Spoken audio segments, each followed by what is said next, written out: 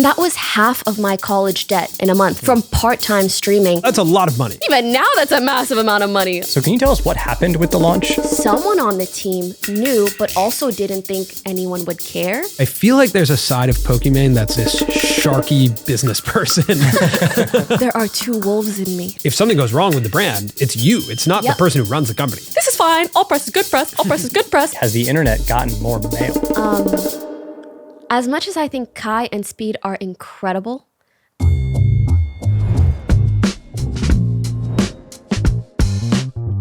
All right, Pokimane, welcome to the show.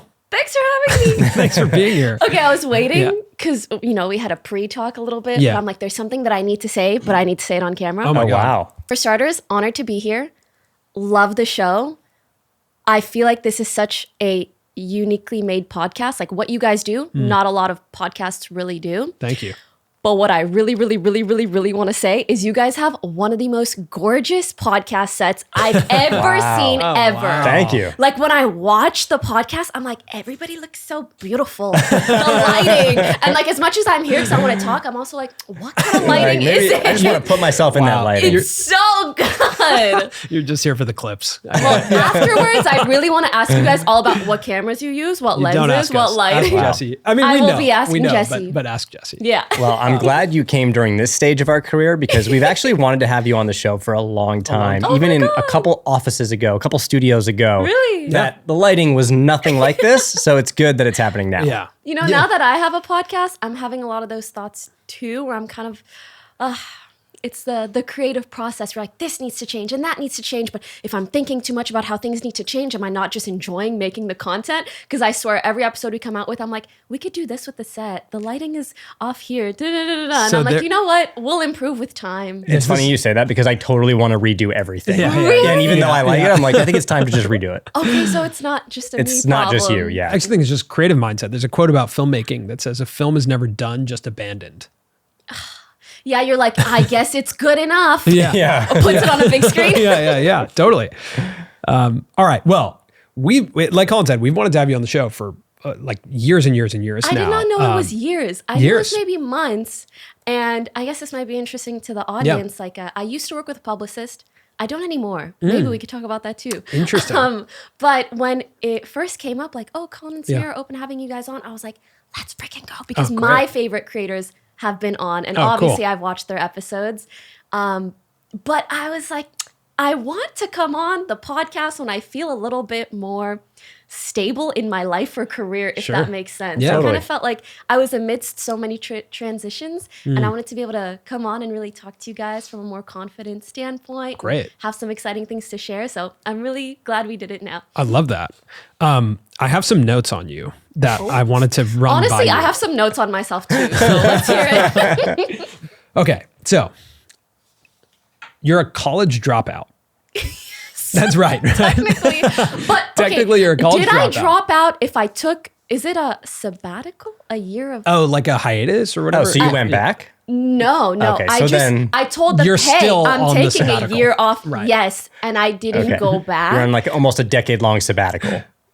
Okay, like 7-8 years, not a decade. We're sorry. getting there. Sorry. And I'm not gonna lie, every couple of years I'm like, have my credits expired? Do they expire? I don't even know.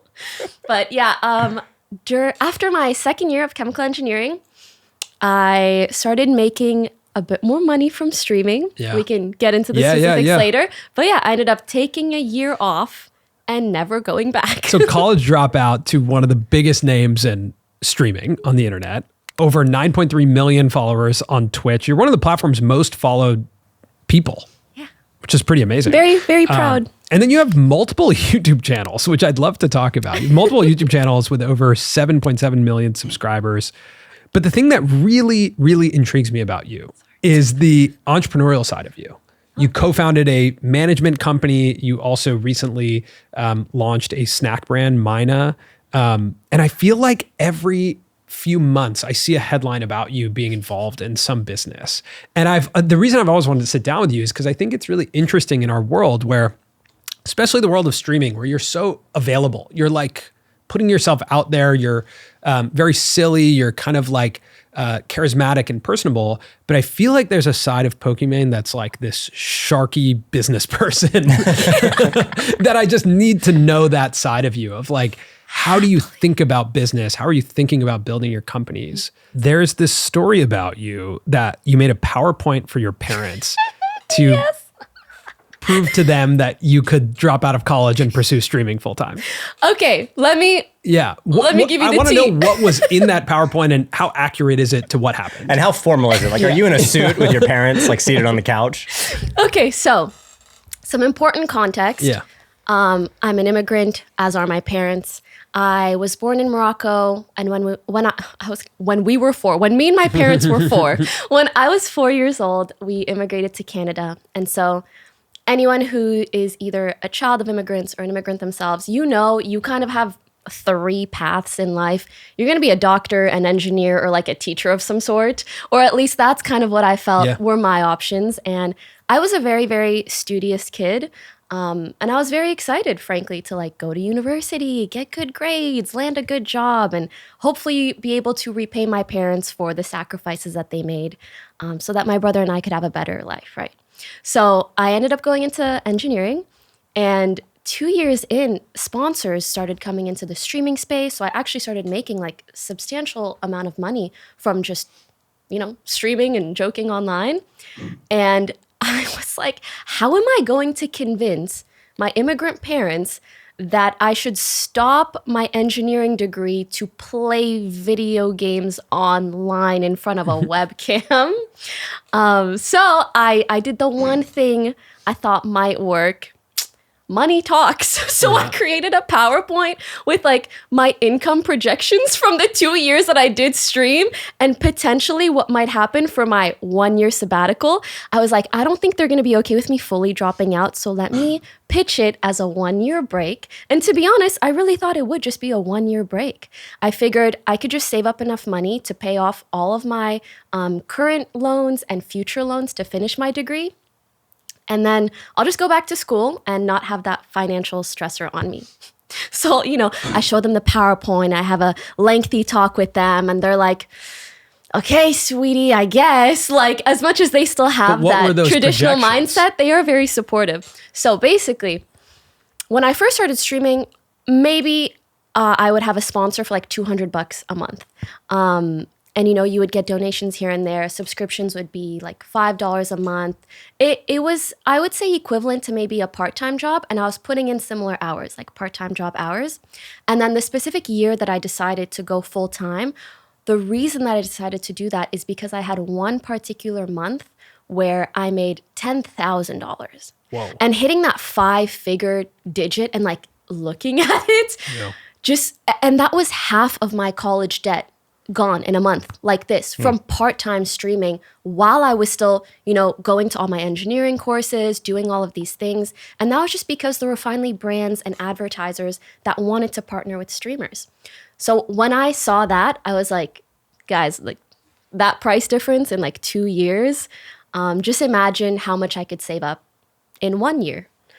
What were some of the brands and like what were they asking you to do? Like $200 back then. Like what does it even look like to do a brand deal of that size?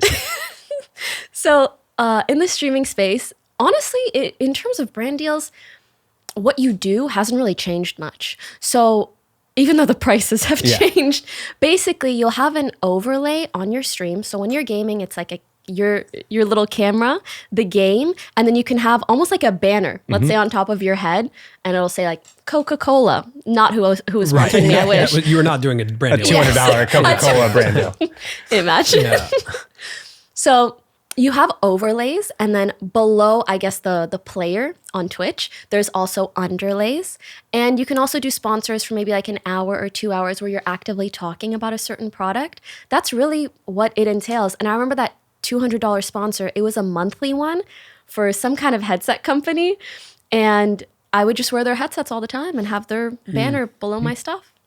And I was like, that's a free $200. That sounds like a great deal at that time. Right? Yeah, absolutely. Nothing wrong with that. Yeah. And that $10,000, was that a mix of subscriptions, sponsorships, and what was that like?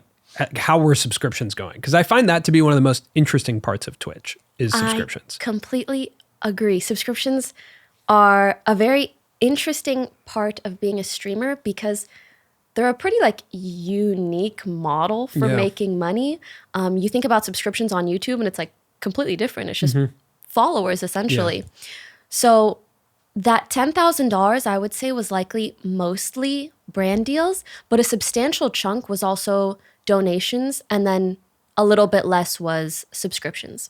And I remember when my income was just donations and subscriptions, I didn't feel like it was stable enough for me to go full time or even take a year off, because at the end of the day, I felt like my income was dependent on whether or not someone else felt like sending me XYZ amount of money, which, as grateful as I am for that, I think it's just much more stable when you either have a substantial amount of subscribers or when you can work with brands or you have a manager, an agent, or a team supporting you in feeling more financially stable month over month. That's so interesting because I would think subscriptions would feel the most stable. Like people paying you $5.99. It's $5.99, right? Or $4.99. $4.99. Sorry. But it has changed. And there's different tiers and stuff now. Yeah. I would think that would be one of the most stable feelings. Not at all. Interesting. Because the way that subscriptions work on Twitch is it changes drastically day by day.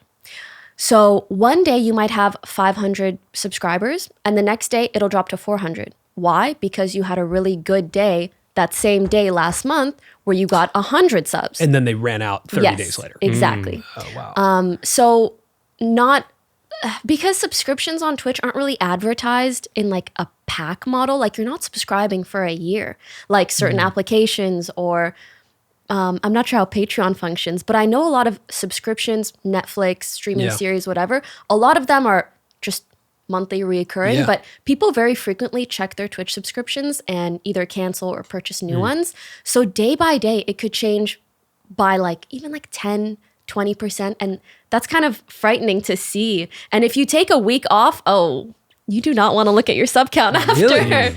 Yeah. Interesting. How much of that nature, like the volatile nature, dictates what we see on Twitch? Like people doing subathons or like going to crazy lengths. Is that just because it's like, I'm going to do this thing, I'll get a bunch of subs.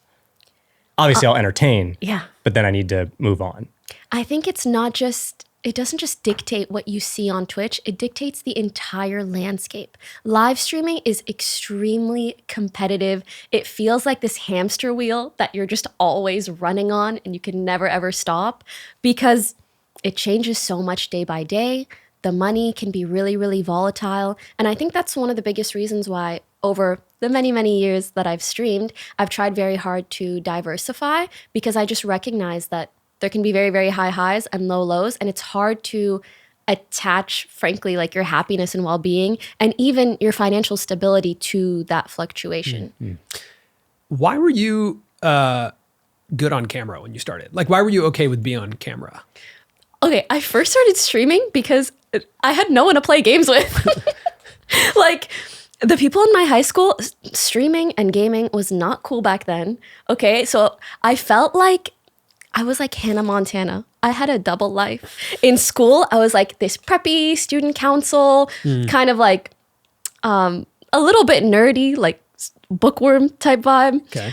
And then as soon as I went home, I had a completely different friend group. We were gaming online all the time, but they weren't people that I saw day to day in my high school. So I was like, I guess I'm just gonna make friends online. And I wanted more people to play games with, more people to connect with. And those people that I was gaming with, even though we weren't seeing each other all the time, we'd have like group chats. They started linking Twitch streamers and I would look at streamers and be like, this looks so fun. Like it just looks like an enjoyable thing to do, an enjoyable way to connect with other people about a hobby that I'm so excited about. And so yeah, that's how I got into streaming. Do you remember your first live stream ever? Like what you were doing, how you felt? Maybe I don't remember the first one, but interestingly enough, even back then, I had a little bit of like business mindset where I had a Tumblr page back in the day and I had maybe like 10,000 followers on it, which is like sort of substantial, not really. It was like a decent following. And so when I started streaming, I would always promote my stream through my Tumblr page and I would use the hashtag League of Legends. And that was really the only funnel for exposure to my page. And that's how I first started getting people in, but it was just like 10, 20 viewers. the way that I ended up growing was just other streamers finding me or collaborating with other people, kind of like how people do it nowadays. Yeah, I read that you also, like, you were playing League of Legends, and you would also post. Embarrassing. You would also post on like niche Facebook communities, Yes. like links to your streams. Yeah, Facebook groups and my Tumblr page. Because Interesting. it's like back then, there was no TikTok. Yeah. My Instagram didn't really have a following. It was like, what sources of traffic are there for people that are interested in League of Legends? And potentially the content that I'm making or the kind of people that might want to connect with me. That was my line of thinking at the time. I mean, that's very sharp from like a marketing perspective. From like of, a 17-year-old. Yeah. No, it is. It's Totally. like, where is the pre-existing audience who would be interested? Because growing on Twitch is very hard. It really Like is. nobody is perusing Twitch. I know. Right? Like, Especially not scrolling 100 times trying to. so I don't even know once, if you tap into like a League of Legends Facebook group and 100 people are like, oh, I guess I'll check this out, whatever, I'll see this. How does it even grow from there? Is it word of mouth from there? Or how do more and more people discover your Twitch? I think for starters, just being considerate of how you're treating every single individual that comes in. If you're at like, 1 to 20 viewer range, I almost view it as like hosting a get together. You want to check in on people. You want to talk to everybody that comes in. You want to see how the vibe is. I'm quite the social butterfly. So I just love to talk to people. I find such interest in like every single human being. I'm so inquisitive. So I think in hindsight, that really helped me in growing a community. And then beyond that, I felt like when I turned the stream on, it was just like, just be yourself, just have fun. And those things really helped on the streaming sense. And then after hours, it was like, oh, are people messaging me? Am I responding to literally every single message and DM I get on every single platform? I was so particular about those things. I remember once I was rated by this streamer who was much, much, much larger than me. And What does that mean? it means that he sent all of his viewers Okay, to my got it, channel. got it. Thank you for asking. Yeah. And everyone like blew up the chat and was like, Yeah. Yes. Yeah. So I went from, let's say, 10 viewers to like 500.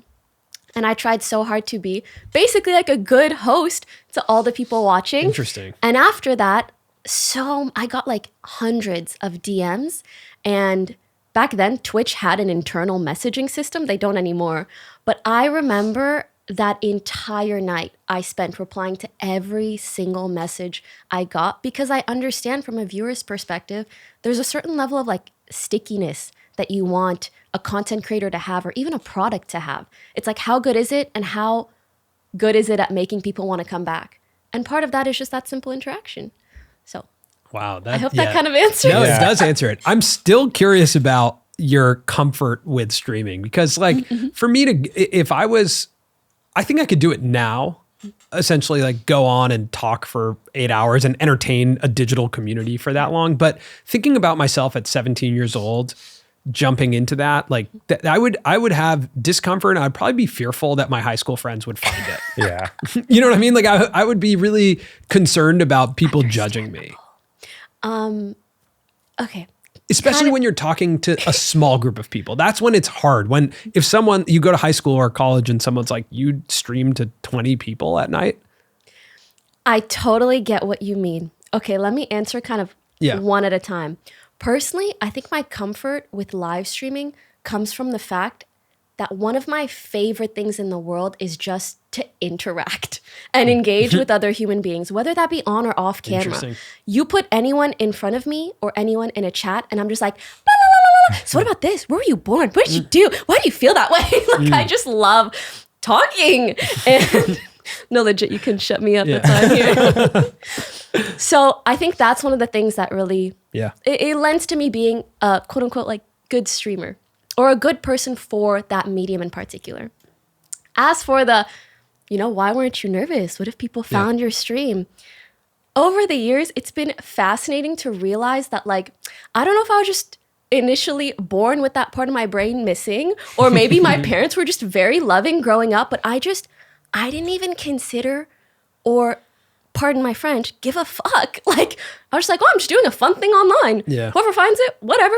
Whoever passes judgment, whatever. I just did not even think about it. And I think the more I've been online, the more I've started realizing how much other people perceive other people. And now I've started to think about how I'm being perceived when I'm doing a thing instead of just doing a thing. But growing up, I didn't think about that stuff at all.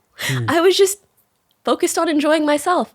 And I really, really thank my parents for instilling a nice, solid sense of confidence into me. I mean, that's impressive because, you know, I ask that, like, now I feel very different now about this, but I just think about myself at 17 and I struggled to push myself into stuff like this. But even when like we understand. first got on camera at 22, I didn't really give a fuck either because I didn't even know what was going on. Yeah, Like I was just same. having fun. I didn't think about it. That's true. People at school don't even know what Twitch is. And even if they did, I'm just like, I'm so, do you guys know like golden retriever kind of energy? Yeah. I'm just so happy about everything. I'm like, oh my God, you saw? Wasn't that funny? Like, you know? I knew I was like, my friends from college aren't watching me on YouTube right now. Right? Like they're not doing this. Yeah, But that's then fair. once we got successful and I started to like read the comments and care about how videos did. Exactly. That's Then when you start overthinking it all. So I feel like a lot of people, when it comes to content creation, they'll be like, how do I get out of my head? If anything, I feel like for me, over the years, I've gotten more into my head. I was out of my head when I first started. I was just you don't even know. Yeah, I was in the you don't moment. know. Yeah. And now I'm like, oh my God, there are human beings watching and thinking things of me. Freaky. Yeah. Between us, me and Colin is the better editor. I appreciate that. For me, the key is getting started right away and seeing something right away that I can work with. That's where the sponsor of this episode, InVideo AI, comes in. InVideo AI is a creative partner that transforms any idea into a full-length video with just a simple text prompt, regardless of your skill level. You can make an explainer video, you can generate B-roll for one of your videos, or you can make an ad for one of your products. Okay, so here's how it works. We can type that idea into a text prompt, and then in seconds, we're gonna have a first cut. So unlike other generative tools that only create single clips, InVideo AI V3 delivers a complete video that you can fine-tune with simple text-based edits. Like you can tell it to translate the video to French, À l'époque préhistorique, être attentif. or make the background music more upbeat. And if you want to use your own voice, you can actually clone your voice to use it in these videos. You can do all of that with their easy-to-use software. This is the first generative video software that I've seen that's designed specifically for social platforms. So if you're a creator or someone who makes content for the internet, you can try InVideo AI for free by clicking the link in our description. All right, back to our episode with Pokimane. So you take this sabbatical. How well did that sabbatical go? Like how... A little too well. I never got off. What were your projections and where did it land? What were your projections for that year? So honestly, my projections for that year, I was hoping to save up around $40,000, which would have been how much my degree ultimately would probably cost me. I did pretty well. But also, of course, during that year, I also moved to LA. So there were a lot more expenses. But essentially, it was just like the income grew so much that I just kind of wanted to keep the ball rolling. And thank God my parents were very understanding of that and allowed me to apply for a visa and stay in LA more long term. And I was just like, once this stops working out, then I'll go back and get my degree. You're still here? Sabbatical's still going on. Who knows? So the projection was 40,000, or that's what you wanted to save. You blew through that in year one, I imagine, right? Basically, Yeah. And then did you immediately start hiring people, or what did you do next? Like when it starts working, what happens next? So back in the day, frankly, I would say for any streamer, and this applies quite a bit now too, if you're a streamer, one of the, if not the most important aspect of your business is actually making good YouTube videos. That is like the primary exposure tool for any streamer. Yeah. So I knew that was the first person I needed to hire. I used to like sometimes edit my own videos, but between streaming and figuring out that kind of content and doing whatever else you need to do, it's just so helpful to have an editor. And it's been interesting over the years figuring out what is the best payment structure for an editor, because you want them to have some level of stability, like consistent income every month. But the best editors, the best channel managers are people who feel very invested in how well the channel is going. So you need to be paying them some kind of percentage. You need to be talking to them all the time. You need to be ideating. So I think that was the first big, I would say, like branch or hiring, like branch of my business or hiring that I needed to do. And probably the most helpful period. So you knew that in that year, what you learned was if I'm going to grow on Twitch, I need to have YouTube videos out. How quickly did you learn that? I would say rather quickly, because at that point I'd already been on Twitch streaming for 2 years. And so I'd come out with videos here and there. But once I was able to do it consistently, and I had someone else, frankly, ideating on that all of the time, so thinking about what's the next video? How do we title it? How do we optimize this aspect of the business?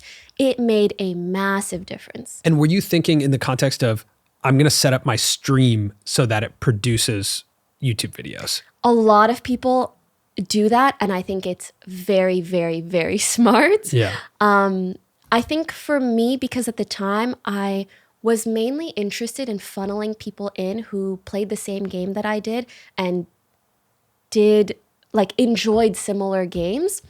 There was already a little bit of a formula for League of Legends videos, which is what I was posting at the time. And it was really just a streamer would play, let's say 8 to 10 games. The editor would look through and be like, which one was the most interesting, and turn that into a video. So there was already like a formula out there that other people were utilizing that I could see was successful.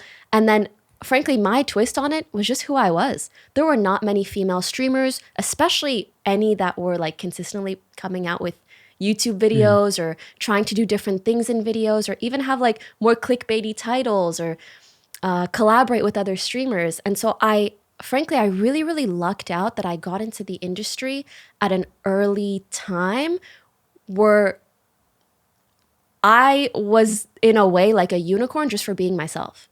Just for being an early adopter of live streaming, of League of Legends content, of streaming those things and then turning it into a video. And I just had to try like different concepts and see what hits, and then keep doing that. So at this point, you're what? You're 18 and you're in Los Angeles? Like you just moved from a small town. Okay. 21? Something like that. Yeah. Okay. What was that like? Like, first off, why Los Angeles? And like, was it to get into entertainment? Was it like, okay, maybe post-gaming? God, no. Why LA? And LA is just where there were a lot of streamers and still are. So I actually moved down here because around that time, one of the things that helped me take a year off or decide to take a year off was that I started working with this management company, but it's like management agent. They were basically giving me deals for X amount of dollars a month. And the manager that I had was also managing some other talent. And he said, oh, we should all move to LA together and live together. Whoa, with the manager too? wow. I know. In hindsight, Yeah, like bizarre. a little bit. Yeah. That's like a parent's nightmare, I think. Yeah. Like my daughter is moving to Los Angeles and moving in with all these people from the internet. Yep. Like, and it's kind of silly to look back on, but I lived in content creator houses for like 4-5 years, Wow. a long time. And I will say, as chaotic and sometimes stressful as they were also incredibly beneficial for my career. So that was kind of the arc that I went to and why I moved to LA. Creator house. that makes sense. Everybody's focused. So focused. And it's like, if I'm not making content, someone else is. What are they doing? And then you're always thinking about it. And also collaborating, because when I think about growing both on YouTube and on Twitch, like collaboration is going to be Cross-pollination. one of the most always. important pieces of And that. then imagine living with a manager who's also always putting those ideas in your head. Sure, yeah. You guys should do this. You should make a Facebook page. You should Yeah. put this, Yeah. Yeah, at that time, it also still feels like this today. To me, I feel creators are very similar to bands or musicians.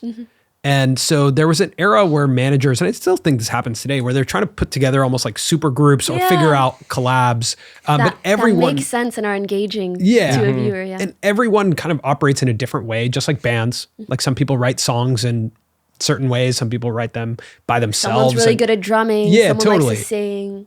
Different personalities. Do you remember the next kind of milestone? Because you said like making $10,000 was a big milestone. Was there another revenue milestone where you're like, oh shit, this is like a business? And then did you do another PowerPoint presentation for yourself of like, here's the next version of the Pokimane business model? I think, of course, my biggest like financial milestones, when I made 10K a month, when I first saw 6 figures in my bank account. Because to me, like the immigrant dream is always like a doctor's salary, which you imagine to be like 100K a year. When I was able to make like 100K, it just like baffled me. Sure. It really blew my mind. And I was like, oh, maybe there's really something here and I should just pursue it for as long as it's fun and makes sense for me. And then, of course, the 7-figure. Sure. I remember, the thing is, I never really liked to talk about financials. Yeah. So I would just be celebrating with my mom over the phone. Hee hee ha ha. Yeah. And that was really, really nice. Were they shocked by this? Like, were they like, oh, wow, I think, this really worked? no, genuinely, I don't know if they just didn't believe me. I feel like it didn't process until 2 things. One, my mom is a school teacher. So until literally the students at her school started calling her Pokey's mom instead of her actual name.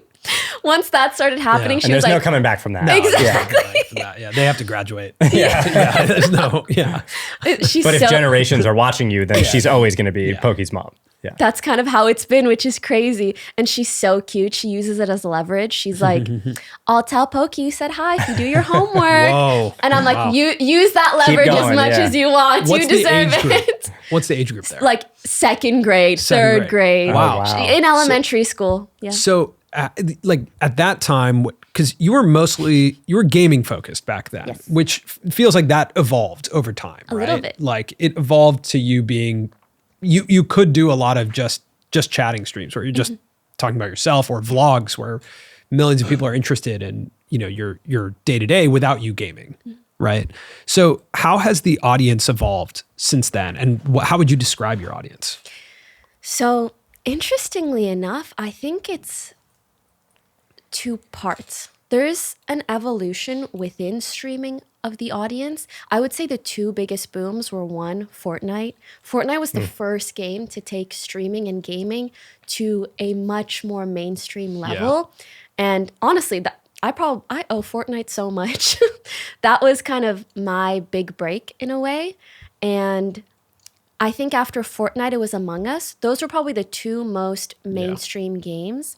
And I look at the period of Among Us and the pandemic as, frankly, the most mainstream live streaming has ever been. You think? Because, yeah, absolutely. And the reason why is because, think about it. People were at home. They had more time than ever to be watching someone game for 6 hours, right? Even since the pandemic, I would say live streaming has died down quite a bit. And that's just because it's not as conducive to like the everyday lifestyle. It's very hard for people to consume 6 to 8 hours of live streaming nowadays, especially, we're back out, we're working, we're traveling, we're doing all these different things. And I think that's also why short form content is so wildly popular now. But over the years, and especially post-pandemic, I would say the way the audience has evolved is just chatting is more popular than ever now because people can actually travel again. So during the pandemic, because we were indoors so much, it was just like huge gaming streams and collaborations. Now you can see someone stream themselves in Japan, like on a mountain on the other side of the world. And I think you've seen a little bit of dying down in the interest in just gaming and more people just wanting to watch people talk and entertain in that way or walk around and interact with other human beings. For me personally, the evolution has just been like what I've been interested in. I've been gaming since I was really, really young. And although I think it will always be a huge passion of mine, I also am interested in so many other things. I want to vlog, I want to travel. I love fashion, I love reading, I love XYZ things. And I've always just wanted to share my life and share who I am with others. So I've been trying very hard the last 2-3 years to share in different ways that aren't just gaming. It's interesting you say that because I feel like gaming or streaming is more culturally relevant now, at least from my vantage point, because of Kai and Speed. But maybe it's the I was headlines. I was gonna ask why that is. Yeah. And then the answer was probably going to lead into short form content. Yeah. Like how so, much You're right. Weekly, how much live streaming content do you guys consume? None, but I see the clips. Right? And Yeah. the headlines about Exactly. Yeah. So it's almost like it takes up less market share, but it is more widely known and understood. Yeah. Clips are making it more culturally relevant. Yes, yes. It's interesting. more relevant and more mainstream, but much, much technically less popular than it was before. Do you remember when Drake came on Ninja's stream? Yes. Like that was the first Yep. culturally relevant moment. Fortnite. That Yeah. felt like the first time that someone from traditional entertainment came into the Twitch world. And like kind of validated, was. Yeah. validated Yes. streaming in a way of like, but that no, too was this a clip. It's not like we were all watching Drake play. There was with Ninja. people watching, but not, I But wasn't for watching. us, like Yeah, I we wasn't saw watching. that As same a thing clip. as a clip. Yeah, and a you saw a headline. headline, you Yeah. saw a short form clip from it, you saw XYZ other things that came from the stream. Yeah. And that's actually one of the reasons why my business model has kind of changed a little bit. Whereas before I would stream 6 days a week, 5 days a week. And then at one point when I still had a contract with Twitch, I would stream 4 or 5 days a week, kind of longer hours. Nowadays, my business model is I stream twice a week. Wow. That's all. Mainly because, one, as I said before, like the day-to-day audience has kind of diminished a little bit. And so I find myself wanting to touch base with people on so many other platforms. And that's really hard to do if you're streaming 6 days a week. And two, just kind of natural evolution and changes in interests, especially after streaming so much during the pandemic. Once I was able to go out, I was like, damn, I really want to go out. That's fair. And That's totally fair. It's hard for me to say because part of me feels really ungrateful to be like, I don't feel like sitting in front of a computer for 8 hours a day for another 8 years. But instead, I try to change it into how can I make the most out of the hours that I am streaming and the most out of the hours that I am making content elsewhere and still feel like I'm connecting with the community and people out there that want to connect with me. The thing I'm jealous of when it comes to streamers, Mm-hmm. and again, tell me if this is how you operate, but is that you stream for 2 days a week, but then Wow. a lot of your other content is based on, like you get to be so available on the internet and have a ton of content out based on those two streams. I get what you mean. The stream is the production. I call it a very recyclable content. Yeah, totally. It's this cyclical thing of like you're streaming and then that turns into a ton into of a clips. clip, into a YouTube video, Yeah. into a But that's also how just like live shows work, whether it's a NFL game or Saturday Night Yeah. Live. Like they do it once and then the clips carry it for the whole week. A little bit, yeah.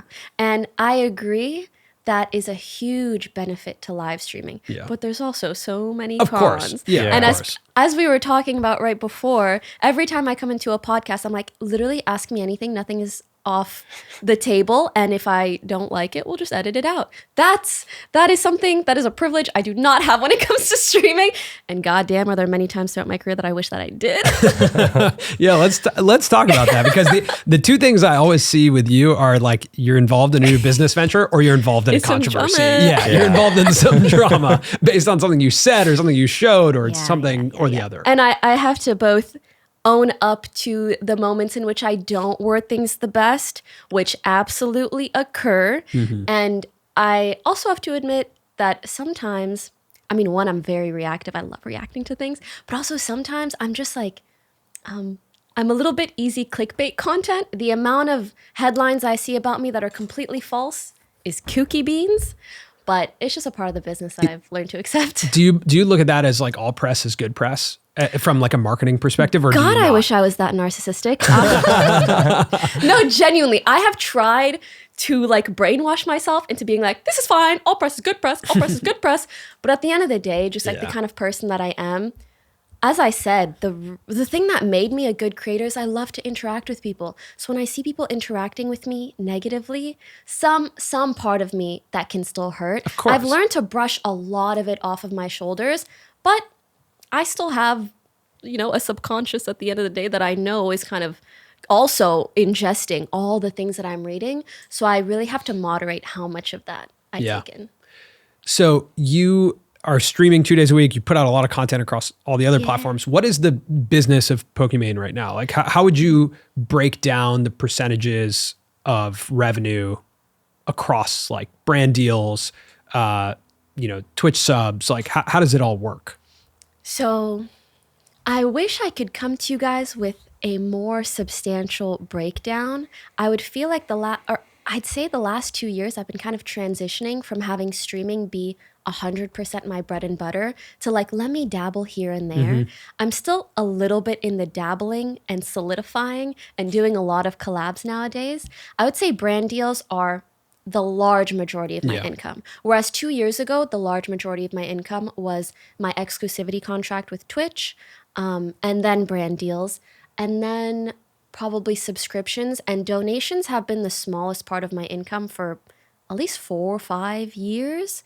Something that not a lot of people know is like my lifetime income, I think donations are 2% of my lifetime income. And back in the day, there were a lot of not very nice things said about people donating to me or how that might be perceived. So years ago, I actually capped my donations at like $5 per, which I have not seen many streamers do, but nowadays it's just mainly brand deals. And I launched a podcast, which we're in the works of monetizing. So that will be a nice stream of income in the next quarter or two, hopefully. And also my business ventures.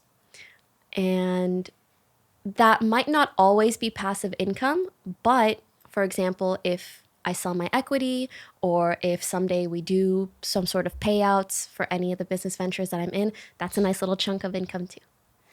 Can you talk a little bit about that, about the business ventures? Because right before we were recording, you were talking about the management company and how that is a successful case study for you.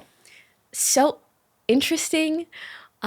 Basically, I've been a part of a few business ventures. I would say maybe Offline TV, the YouTube channel, is kind of a business venture because I have some equity there. But obviously, we haven't sold the channel or sold the business, so you don't really see any return from that. And then I co-founded a management company called RTS, and they also co-owned a fighting game convention called Evo. And I really love the people who work there. I really love everything we've done there. But a few months ago, I actually ended up wanting to work with a manager that used to be my agent. So I wanted to hire her back onto the team. And because of that, I parted ways with RTS.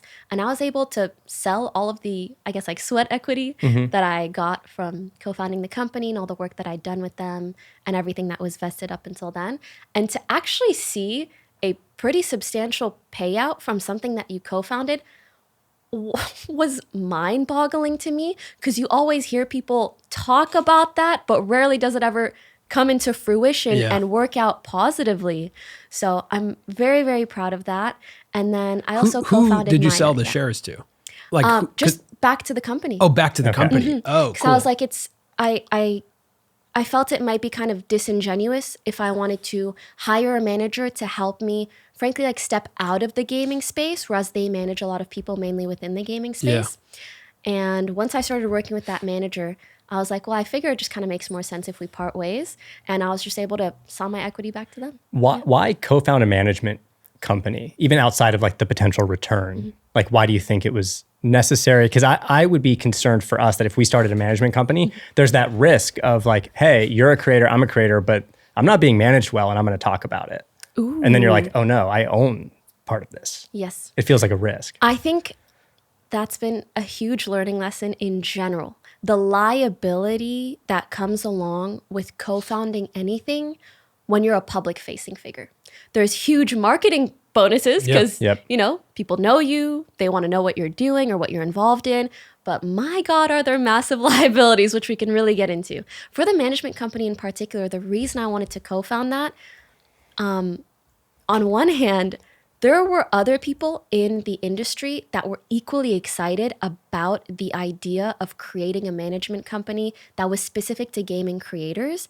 And then on the second hand, I felt like it could be a legacy project in some sort where I can kind of pass on all of the knowledge that I've gained from doing what I do. Because frankly, I was one of the first streamers to go more mainstream, to figure out what kind of team and how can you build out a team that really benefits a streamer in particular. And I felt like I'd gained so much knowledge over the years, and I can only speak to so many creators one-on-one and help them problem solve. I wanted to be able to do it on a larger scale. The amount of times throughout my career that I was like, God, I wish there was someone that I could ask this very particular niche question Yeah, to. yeah, totally. How do I handle the PR? How do I moderate my channel in a way that no one else is doing? All of these like really niche particular questions. I'm like, what am I going to do? Keep all this information to myself? I thought about releasing a guide. I thought about all these things, and I've made a lot of videos about streaming tips, but I wanted something more direct. And I thought that management company could be it. That's cool. That makes sense. What are some of the, you just mentioned like there's liabilities in launching companies. And I think we live in the world of, risk and liabilities, because when you're a public facing figure, a business person is going to come to you and go, hey, I think this is a really good idea for you to do. Oh my God, yeah. Or you are going to approach someone because you can't do it. You need help. Like the thing that we need as creators is operators. We need people to actually run businesses that we want to start. And the dream that's we all have is as entrepreneurs is, let's utilize our leverage as public figures to build a business that then has an accelerated path because we can market this business and we can feel passionate about it. And then eventually we'll sell our shares and we'll become really rich. Like that is the cleanest version of that ideal outcome. Instead of the American dream, that's like the content creator That's dream the that you creator are dream. constantly being sold. Yeah. And But it's it's like the George Clooney tequila dream, right? It's been, yes, 100%. Like it's been happening. It's been happening. It's been happening with Didn't he actors gift his and friends whatnot. like all $1 million or something? Yeah. Yeah. What? The one thing I'd though like that to be a friend. It worked really well I for think the one thing Clooney. that we all don't talk about enough is Shaq. Because Shaq owns a bunch of boring businesses. Oh, I see. He owns like Papa John's and like some parking lots. And You like, don't hear about the failures too much unless it's wildly controversial and interesting. you don't hear True. about the failures that much, but you also don't hear about boring businesses. Yeah. Because boring businesses are really great ways to make money. And I feel like we're, as true. creators, are not pitched like, hey, you probably have excess capital because you don't have that much overhead, right? Like you can make your content with pretty minimal expense. So maybe buy a parking lot. Yeah. You know what I mean? Like, Or buy real estate in the form of a building. sure. Yeah. It's And sexier to like, Go up against Gatorade. yeah, exactly. Launch Prime God, or, yeah, good luck. or launch Feastables. Yeah. I've learned so many things about that world that I kind of wish I didn't. But I wanted to tag on Yeah. to what you were saying, that also from the creator perspective, at some point, you kind of get tired of being the product. And totally. you're like, this is not really scalable. I can't make 100 YouTube videos a week if I want to make more money. I can't do 100 live streams a week if I want to make more money. Like there's only so many hours in the day that I have. So scaling a content creator business can be very, very difficult in that regard. So instead you think, instead of me being the product, let me make a product. Because a product we can make more of and we can scale that. Unfortunately, it's not that easy. Actually, the math of it is easy. The people is what I find to be challenging. Who do you trust? Because when you put that much of your risk into a brand, right? Your own liability into a brand, meaning if something goes wrong with the brand, it's you. It's not the Yep. person who runs the company. Not at all. No one cares who runs the company. Yeah, the management company, I know it's connected to you, not who runs it. Yeah. I really don't. Or Myna, right? Like your cookie brand, I don't know who's running that company. Yeah. Nor will I maybe ever know. I will only, if any controversy happens with that company, it's you. It's your face in the headline. Yes, I would love to dive further into that because Myna was a massive, massive learning lesson in that regard, where honestly, even a group of really, really well-intentioned people that are selling you this idea, this dream, Yeah. this vision, even though everybody can mean really, really well, things can still go very, very south. And at the end of the day, if you're putting your face on a product, that the liability is going to be on you. So can you tell us what happened with the launch of Myna? Like, was the primary pushback just price? Like, what happened in that experience? So it was kind of a two-part thing. On one hand, the price, basically we had to sell in bulk. Otherwise, the shipping would just be way too much for like one bag. Obviously, that's changed since then. Amazon even sells it through their facilities. So over time, that issue kind of solved itself. But right off the bat, if you're selling something in bulk and it's something like a snack, it can create a bad headline because it's like, oh, you're selling a snack, but for this amount, but that headline doesn't explain the amount of the item that you're selling. Sure. You get what I mean? Sure. So that was one facet of the issue. And then another facet was that when you work with a food manufacturer, they essentially have different like recipes, almost like formulas that will create different kinds of foods, whether it's like a chocolate chip cookie or a brownie or what have you. And the particular recipe that we wanted to launch with, there was a past company that used a past version of that recipe. So people could also run with the headline of, oh, this is the same product, it's just repackaged. But that's not quite the case. It's like, oh, we worked with the same manufacturer. That past company doesn't even exist. That product doesn't exist.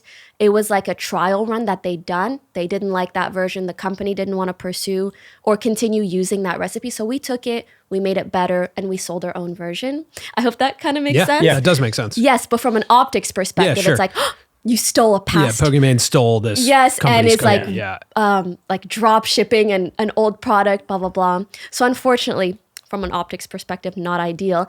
And also from my perspective, I didn't talk about this at the time, but I had no idea that there was even a prior like trial run of this product. Got it. And that was something that someone on the team knew, but also didn't think anyone would care. And that's what I mean by no one can really look out for the things that I need to look out for in the way that I know.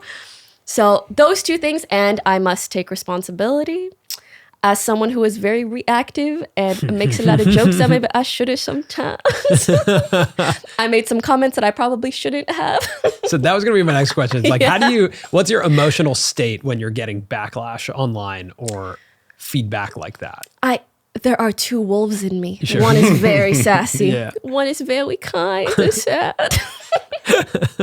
And to be honest, like on one hand, that kind of bantery back and forth is one of the things that have made me who I am. It's one of the things that have made me successful. The way that I can clap back at people, but hopefully in a funny or engaging way. Sometimes that doesn't always land. And when it comes to product launches, it's frankly just not an appropriate time to be joking like that or in some of those capacities. And that's another big learning lesson of like being a content creator is wildly different.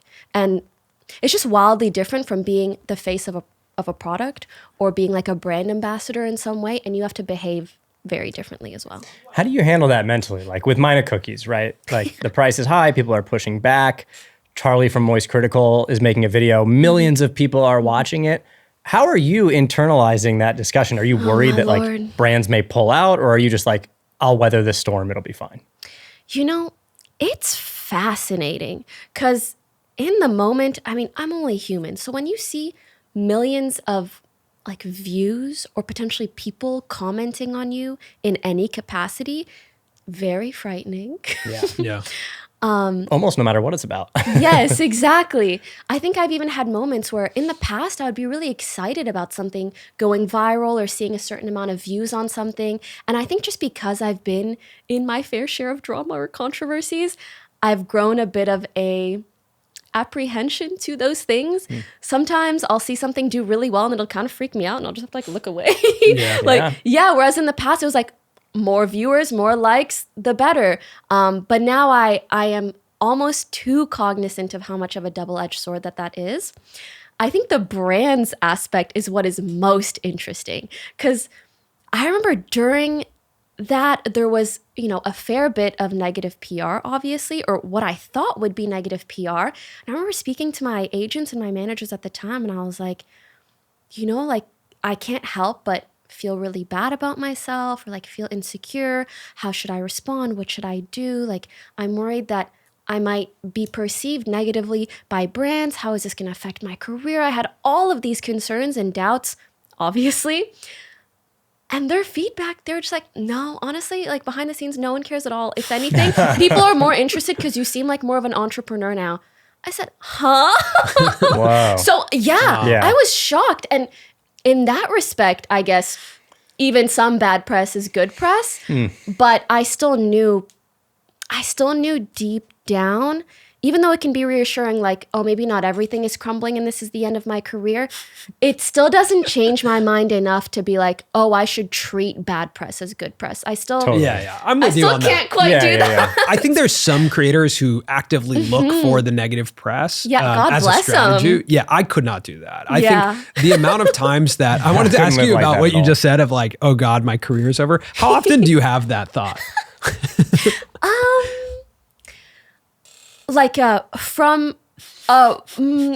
How often do I have that thought in a strong manner? Even in Maybe a medium, once a year. Once In a year, a okay. light Yeah. to medium manner, twice a year. In a very, very light manner, every few days. Yeah, I was going to Because say, I have it in every few days. Yeah, that matches Especially- up with me completely. I Oh, say amazing. once a year, That's so reassuring. almost every December, I think, Yeah. oh, this is done for sure. Like, Yeah. I remember my first, what I labeled as a quarter life crisis at like 23. And then you're like, why is the quarter life repeating more than quarterly? Is it like a literally quarterly per year crisis? Yeah. I think especially as a creator, when you are able to attain such heights, guys, the heights that I attained during Among Us, like Yeah. playing Among Us during the pandemic with AOC in front of like hundreds of thousands of people, when you can attain heights like that, you can't help but think like, oh, is it all downhill from here? Yeah. But it's like, it's because those heights, honestly, they had nothing to do with me. It was just a bunch of circumstances lining up perfectly. Who I am, the content that I put out, the audiences that I can reach. I'm trying very hard to solidify in my brain, like, those things are consistent. And I can make them as consistent as I'd like. And if I want to do more, I can do more. These are all dials that are within my control. And also, the output, how much people like me, how many likes I get, how many views I get. I should not tie my self-worth to it too much. Because again, it's just dials. It's all just optimizing. How much are you doing things that are trendy? How much are you on the platforms or things that people are actively on? So I've tried very hard these last 2 years to really separate those two things and also separate That's really Poki good. from Imane. Yeah, I Yeah. mean, those high highs are not sustainable, They right? Like even in aren't. that moment, you're playing Among Us with And- AOC. Like Yeah. the people who are there watching, they're watching for a cultural moment. That's not Exactly. your everyday stream. Exactly. I also think though that we're getting to a point where people have been doing this long enough. Like you've been doing this for over a decade, right? So Crazy. you've been doing it long enough to experience some waves. Yeah. And sometimes I have to look at traditional artists, musicians, actors, and go, let us just look back at 20 years of their career or 10 years of their career and look at waves. They go in waves. And I think we have this misguided expectations on ourselves because we control our own networks. So our network always has to be like, if you control the TV network, it does always have to be performing well. Yeah. But if you're an artist, you go in seasons, but we're both. So we get really confused about, at least personally, I'm speaking for myself, where like I think about the show, the Colin and Samir show, it has to always be doing well. But then I think about Colin and Samir as creatives and artists, and I'm like, but we also need a little bit of space to think of our Yeah. next thing, just like a band would need to write their next album or something. So the interplay of those two things is actually really challenging. I resonate with that so much, and I'd love to know how you guys try to solve for that, because I've been able to make some friends who are artists, and I actually really love the format of being on sometimes and being off sometimes. We'll have a season where maybe we're making music, or a season where we're releasing and promoting. And those are two very different things. Right. Like creating the art, or even spending off time like experiencing life, thinking of things that I want to talk about on the podcast. Like that's necessary for the actual content that I'm outputting. And balancing those two things is very, very difficult, especially if you want to be outputting 24/7. I think that's just not sustainable, to be honest. And I would love to see more creators actually have some sort of business structure where it's more seasonal, like a month on, a month off. or 2 months on, 1 month off. And I wonder how successful that could potentially be. I wish personally that we had an answer for you, but we at this point do not. Do you guys try different things? Well, Yeah, we try different I think things. we're now at a point where we more actively are trying it. I mean, I'm very envious of the world of like film and TV where you can sink your teeth into one project Yes. and then release that project. I think that And it sounds really can cool. have a huge cultural impact. Yeah, and long shelf life. I also just like sometimes don't want to be on the internet. Like I don't want to be on the internet sometimes for 2-3 months, but I'm not going to do that. Yeah. And you feel the need to. There are so many things like that I grapple with. I've actually just started reading the 4-hour Work week. Yeah, with Tim Ferriss. And I'm like, maybe I'll find some answers in there. Tim's great. Tim came on our show. He has a good Really? That's perspective. amazing. Yeah, he's a really good perspective on his boundaries. He's a very boundaried person. And I think that's what's hard for us is because also if you're into video games, Yep. the internet is a fantastic video game. It sure is, as Right. is content creation. That's what I mean. Like content creation is a video game. When you look at YouTube and you look at the dials you get The to high twist. scores of views, Yeah, the likes, the performance strategy of everything. it. And then you're talking to other people about their strategy and then you're like, I should be doing that, I guess. And then like it is anyone who's competitive, anyone who's, it's built and designed for you to keep coming back and playing the game. So it is very hard to step away from it and very hard to, I think it would take a long time to condition your mind to not care. Yeah. Because like, has a week gone by in your life without thinking of your next stream? No. I did used to do this thing, which I haven't done recently, but I've been planning on it. In the past, even throughout all of my years of streaming and like the high highs that I was reaching and the crazy momentum that there was with certain video games, with certain streams, I had a pretty strict rule of every 2 years, I would take a full month off. And I think that saved my brain in ways I can't even put into A words. full month. Yes, I would disappear. And I will say there's really something to be said about anticipation. When you tell people, hey, I'm disappearing for a month. And when you come back, there's kind of like an exciting moment with that too. Yeah, totally. It's very interesting. We feel the need as Because creators our audiences to be, get a lot of us. we feel the need to be on all of the time. But you know what? I think some distance sometimes from the audience is equally exciting for them as it is beneficial for you. Well, a good example of this is Squid Game. Squid Game's coming back. I'm really excited about that.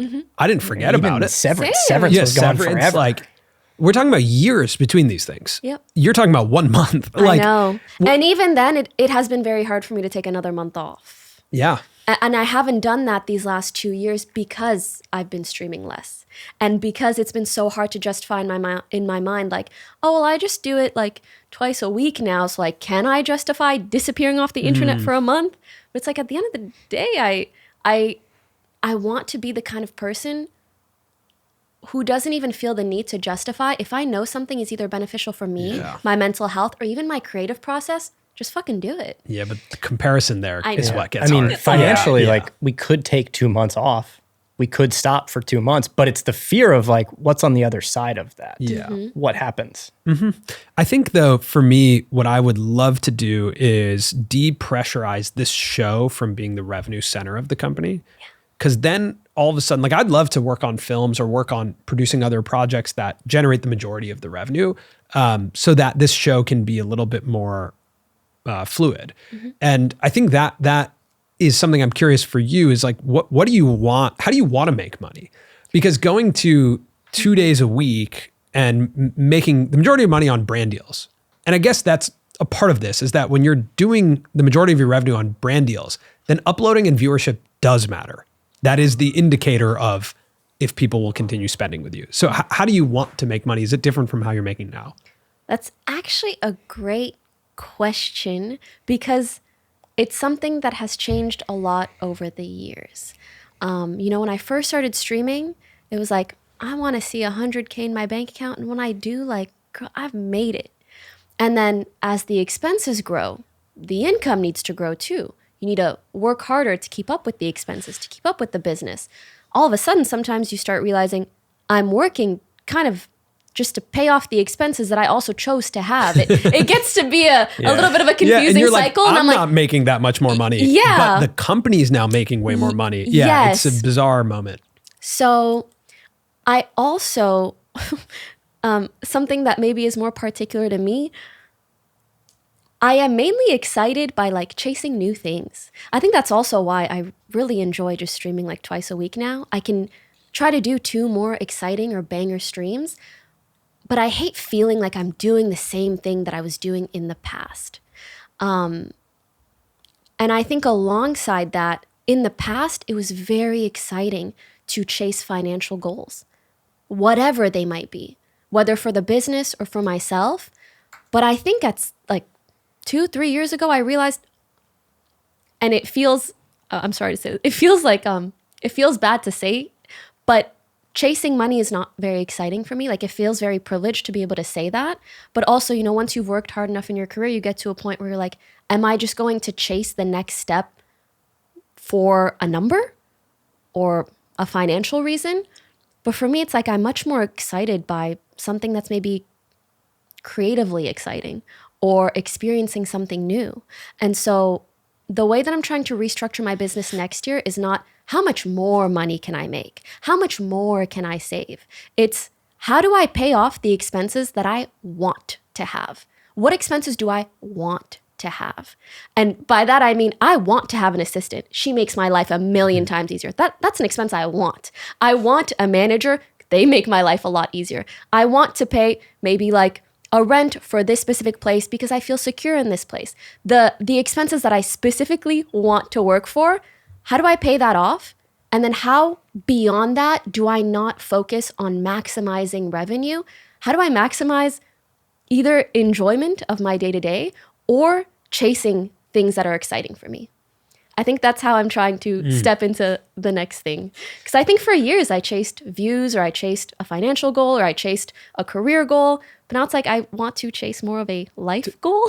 It totally makes sense. And those things that you're talking about, to me, those are like grades when you're in school. Like what they tell you within that structure. I made that connection. Right? Yeah. I was like, I live by a rubric just like I did when I was a student. Because that is, and also when you don't have it, those are the obvious things to try and achieve. But that's the rubric that you're given. Then once you get there, there's no other rubric, right? Like there's no, it's not like you pass that level in the video game. There's not another instruction on the level. It's almost like you're creating the next level. And that gets really mentally confusing. And again, we're saying this from a place of privilege as well. It's exactly. And it's so hard to discuss because you're like, or I rarely discuss this kind of thing because what are you going to say? Like, oh, well, I made money. Now what? It sounds so like stupid. And you're like, just enjoy where you're at. But it's also a very real process by which you go through once you're like a decade into a career that you've been like slaving away at. You're like, okay, well, do I want to keep slaving all of the time? Am I doing this for other people? Am I doing it for myself? What's fair? What's reasonable? So I'm really trying to challenge myself to not focus or maximize the income. Yeah. What are you guys doing? And I'm really curious to hear, because you said you want to like the podcast to feel less pressure in terms of being the main source of revenue. Yeah. What do you mean by that? Yeah, I think like the pod right now is what drives, most of our advertising and brand deals, right? But this year, actually, we did a lot more events and speaking, like public speaking. Yeah. And that became like our second biggest revenue source this year. Whoa. And I looked at that and I was like, that was really fun. And I really enjoyed it. Like the opportunities we got to travel and speak on stage was really cool. And in the future, if we could build in a direction where advertising specifically is not the biggest line item in our revenue, I think it would change the dynamic of the guests we have on the show, honestly. Because I think, there's the reality of, hey, this show needs to perform. So you have to bring on guests that people are interested in seeing. Yeah, exactly. Yeah. And sometimes you want to bring on someone that no one knows. And so I think there's just a little bit of that. How do I do that? Yeah. How do I still I make just it want to have the space to the for audience? that. And the landscape for interview shows has changed. I think when we started out with this show, even having Mr. Beast on the show, like there weren't that many other places to hear from him, right? And now when there's so many podcasts. Now there are so many podcasts, there's so many interview shows. The thumbnails look so similar and that you start to feel differently about what you do. Like you enjoy it. Like I love sitting here in the seat, but the performance sometimes you're like, oh, I'm in a sea of this stuff and I don't feel as unique as I used to or as energized. It's creatively. very interesting how we, in some ways, have to commodify ourselves in our brain to figure out what works or doesn't work. Instead of just being like, I like sitting in this chair and talking to people. Exactly. You know? Right? Yeah, You're yeah. like, I'm doing this, but also so many people are too. Do I need to change the way that I'm doing it? Do I need to Yeah, we've like productized ourselves. Yeah. And you're thinking about Exactly. yourself. But that's being the TV executive, right? Because you're running your own network. Because like you are the amount of times I programming- wish I could just have someone else tell me Totally. what to do. It's funny that we're here at this point where there was like this democratization of voice and the independence of media where anyone could upload anything. And we took the power and we were like, let's do it. Let's do that. And that was the past 10 years. Yeah. And now we're all getting to this point, which is so interesting. Where it's like, I kind of want a boss. Yeah, like it would be kind of nice to have a boss. And you look at what's happening in the world of streaming. You look at, the two brothers, the Raka Raka boys who did a movie with A24 and just blew it out of the water. Yeah. They made $92 million on that movie, and A24 I think spent $10 million on it. Or $4 million. Sorry, $4 million on that movie. So it's incredible. That movie Talk to Me. You look at Mr. Beast and Amazon now. Now you have a streaming Doing huge platform shows. Yep. doing a huge show with the largest creator. That trend is likely going to continue happening, of course, because they need to be in the attention business. But I think also because we're a little bit like, it'd be nice. It'd be nice for someone to tell me I only have 10 episodes. And to not feel like the pressure is all on you. Yeah. For whether or not something ends up performing. Yeah, totally. I also want to add that what you were saying earlier about you guys doing more speaking engagements, I hope you guys feel and know that you're already headed down the path Totally. of diversifying in the way that you want. Yeah. Sometimes I feel like we're always thinking about what's next, how do I problem solve for this, how do I problem solve for that? But I think you're doing exactly what you need to do, and it's also exactly what I've been doing. Like it's very hard to let go of streaming entirely because that's still where brands are probably going to be willing to spend the most For sure. on Poki. Yeah. So that's why I'm like, okay, I should still do it like twice a week, but let me diversify in the ways that I know over time I want to become revenues of income, whether that's podcasting, because I really enjoy the podcast that I do and the co-hosts that I do it with, or I love posting on Instagram. So I can still hold on to this stream of revenue that is streaming by doing it a little bit, but I can start working on these other paths and hopefully down the line, there's less pressure here. I don't know if you'll answer this, but what's the biggest brand deal you've said no to? Like the dollar amount.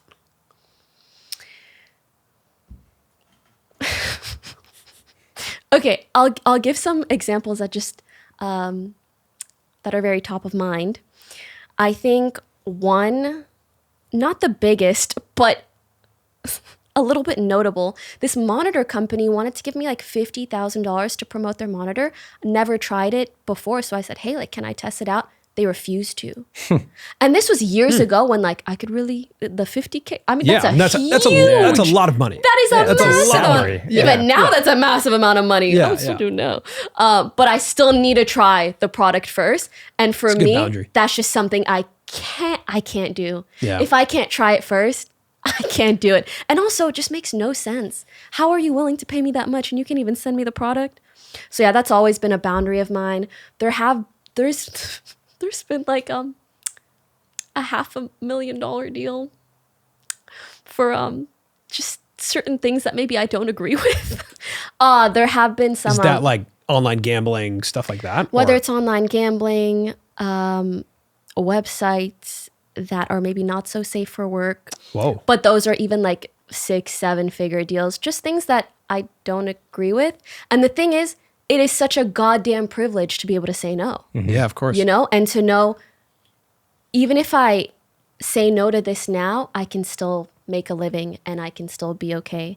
And I am eternally grateful to the audience and community that has supported me to be able to make these decisions myself. You are what you say no to, though. Like that is a really important lesson you have to learn as a I creator. think that's the biggest lesson I've biggest learned lesson, throughout yeah. all the years, and one that I keep trying to Yeah. shove back into my head. It's just as important to know what to say no to as it is to know what to say yes to. If not more important, yeah. Yes. And it's hard. And to say no often, to be honest. It's hard because it also depends on your emotional state. If you're in one of those moments where you think your career is over and you get offered something, you're like, And you have overhead. and you're like, what does it matter? Sure, just give it to me. I have to pay my expenses and my career's over anyway. Yeah. Give me this weird brand deal. Yeah, I think I try so hard to switch between the content creator mind and the audience mind. And it's so weird. And again, sometimes feels a little bit commodifying, but I will literally think to myself, if I was a viewer of me, Pokey, if I was a viewer of myself, what would I like to see myself do? What kind of narrative would I find interesting? And in some ways, That sounds crazy. I know. But I know what you're saying. In some ways, it's an interesting practice. Also because I'm trying to do it from the perspective of myself in order to garner an audience that is more like me, not just the people that are watching me. What do they want? That's a very different question. It's like, if I was watching me, what would I like? Ooh, I love that. You know? If I was a member of my own community, what would I be interested in? I love that lens. That's a good lens. So what does that mean? Like, what are you known for then in that So next I feel like chapter? obviously a lot of people know me as a Twitch streamer, the gamer. I played Fortnite to however many people, Among Us to however many people. Now I love collaborating, both still in the streaming space, but typically not gaming collaborations, more so like just chatting or IRL collaborations. And then I just adore collaborating outside of the streaming space. And I think that was kind of my way of testing the waters in terms of what I enjoy. And I think I'm nearing the end of my testing phase. And now I figured out like one new part of almost like the content creator plate that I have. Streaming twice a week, I have the podcast once a week. And I think I want some sort of like bread and butter that feels more exciting to me, whether that'll end up being like posting more frequently on short form content or even IG stories or what have you, but some way to stay more engaged with an audience day to day that isn't just live streaming. So I think that is like the final step in my transition, or at least how I perceive it right now. I've also learned to accept like however I perceive my business or my life now could change in 6 months to a year, especially as the landscape of content creation changes so much, One thing that feels dramatically different in your category is the exclusive contracts. Oh yeah. Those Bye to those. Those are gone, right? Gonzo. Like entirely. Ludwig said to us when we talked to him earlier this year, he was like, I think I'm the last. Oh yes, contract. I agree. Yes. So that's true. And Yes. and what were those? Like what were those exclusive contracts? I want to know, and I also don't want to ask. I just want to say thank you Amazon, thank you God, thank you Jesus, thank you my parents. Those are life-changing deals. Those are like streamers. NBA contracts, Absolutely, right? yeah. Like what were like to give people who don't know what I'm talking about, a framework in their head of what was the range that you heard about from those contracts? So for starters, to explain to people who don't know, there are all these different gaming and streaming websites, whether that's Twitch, YouTube. There was one called Mixer, there's Kick, there's all of these streaming platforms. And there was a specific period of time, like 2-3-ish years, like 3-4 years, where these companies were giving exclusive contracts to creators and saying, hey, if you stream only on Twitch, if you stream only on YouTube, we will pay you this amount of money. As opposed to being able to stream wherever you want, however you want, whenever you want. And I think the ranges that I heard, the like ranges I can confirm are like 1 to 20 million. Wow. Anything beyond that, I'm like, I've seen certain headlines, but I cannot confirm. Yeah, there was a headline about XQC getting $100 million Yeah, from Kick. but I've heard different things behind the scenes. You also don't know, is part of that 100 million like equity? In Is equity it in paid in Kick, different yeah. ways? Was Yeah. it actually 100, or was it just a headline that makes everybody look good so nobody refutes it? I really cannot confirm or deny. But you can confirm you've seen between $1 and $20 million of those exclusive Yes, contracts. which is freaking insane. And also, I'm talking about contracts that get renewed maybe once, maybe twice. Whoa. So like additive. Yeah, those were incredible years to watch. I'm sure like to be a part of that was Yeah. pretty amazing. And I feel like I lucked out so much. I remember when I got an offer from Twitch or even YouTube, I was like, you guys are gonna pay me more to do what I was gonna do anyways. You're like, I like this stuff, right? Like, I like what I'm doing. Yeah, it's I felt crazy. so lucky, and also because it's something that really only happens in an industry at a specific time and period of growth in that industry. Are we gonna keep seeing exclusive Spotify deals? Probably not. No. Yeah. Just like we're not really seeing more exclusive streaming deals. So I was just like, God damn, I lucked out. Yeah, you were in the right place, right Yeah. time there. Yeah, absolutely.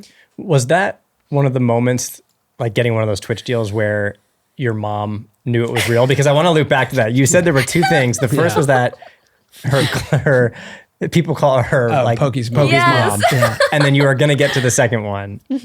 What was the other thing? Like, was it the exclusive deal? Absolutely. The Yeah. exclusive deal. Oh, the other thing that I was thinking about at that time was I was in Free Guy, the movie. Oh yeah. Oh, yeah. Yeah.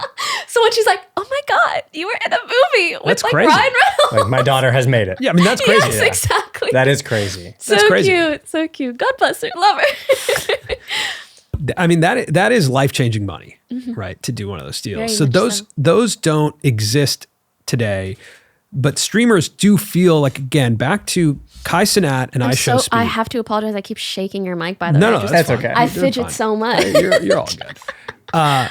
Streamers like Kai Cenat and I Show Speed feel like two of the most culturally relevant people Yes, absolutely. in celebrity culture and the internet today.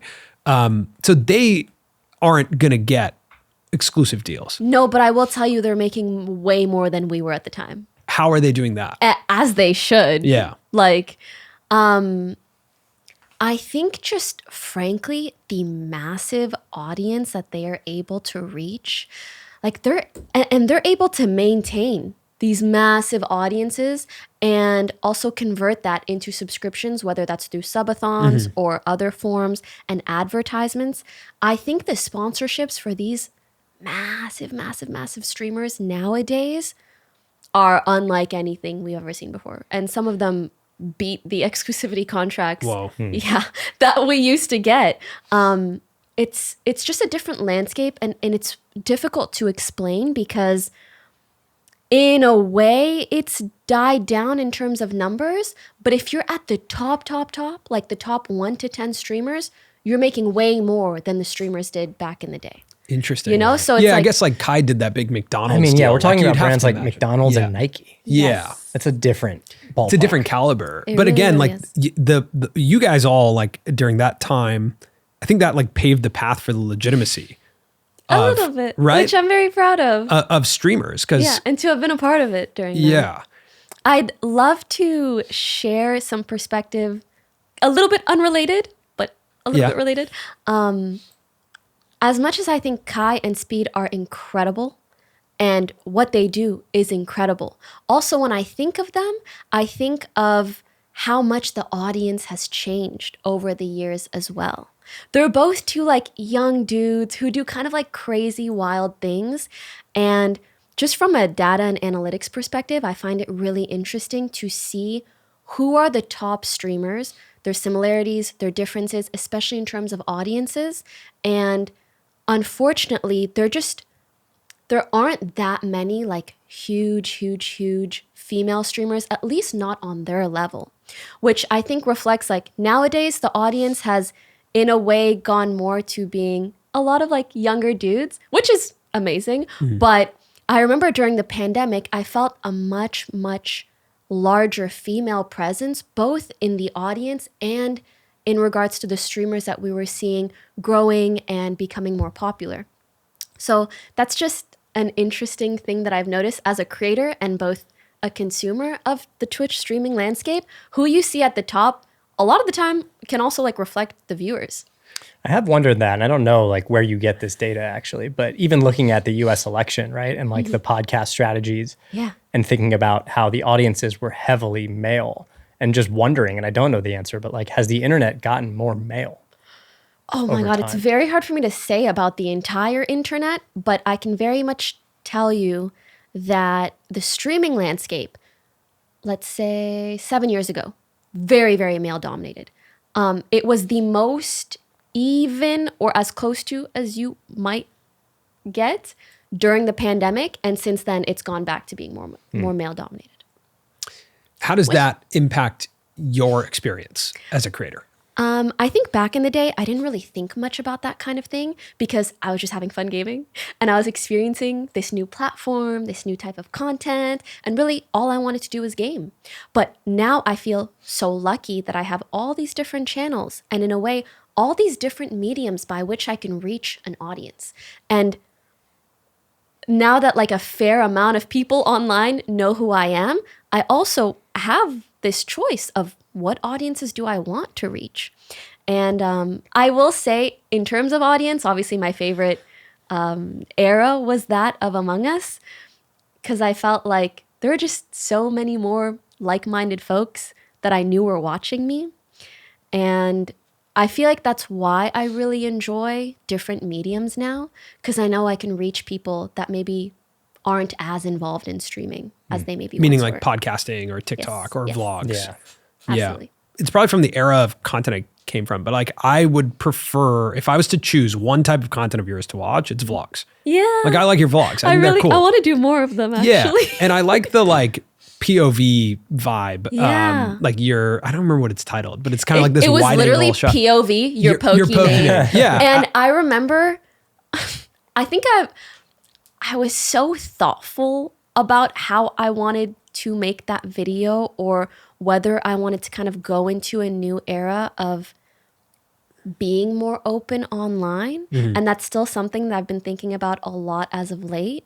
I think I just became a lot more closed off for a couple of years. As I said, it was almost like in my mind, my like incubation phase where I'm like, I want to be this little egg, go into hibernation, really think about who I want to be. And now I'm like, I've decided and I'd like to come out. But that's also the commodification of yourself. I know, right? which is The kind of freaky. The product where you're like, we got to go into R&D and think about what this Yeah. product is going to be. Yes. Yeah. Yes.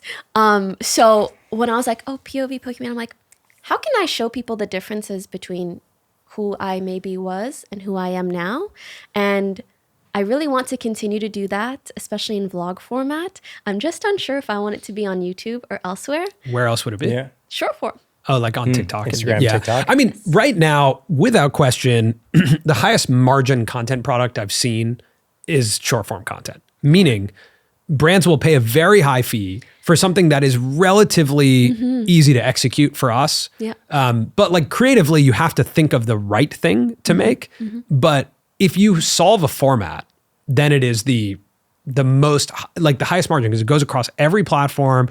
It generates the most amount of audience and it can generate the most amount of dollars. However, the issue with formatted short form content is I think you can very quickly and very easily get that hamster wheel Sure. feel Yeah. of like doing doing the the same same thing. thing day Yeah. in and day But out. vlogging is I think interesting. audiences on- can True. get tired Yeah. of that too. I agree. And that, with short yeah. form, I feel like there's like a shorter life cycle sometimes, even for how much you can take part in that hamster wheel. So You're kinda true. like you've made so many of these over the Yeah. past year. I can't watch anymore. Yeah. You also can't make something that someone else could just easily make. You have to do something that's Yeah. uniquely you. That is something I also Yeah. really wanted to discuss Yeah. today, which is especially because I know you guys understand content on a much deeper level than maybe most people just like consuming it.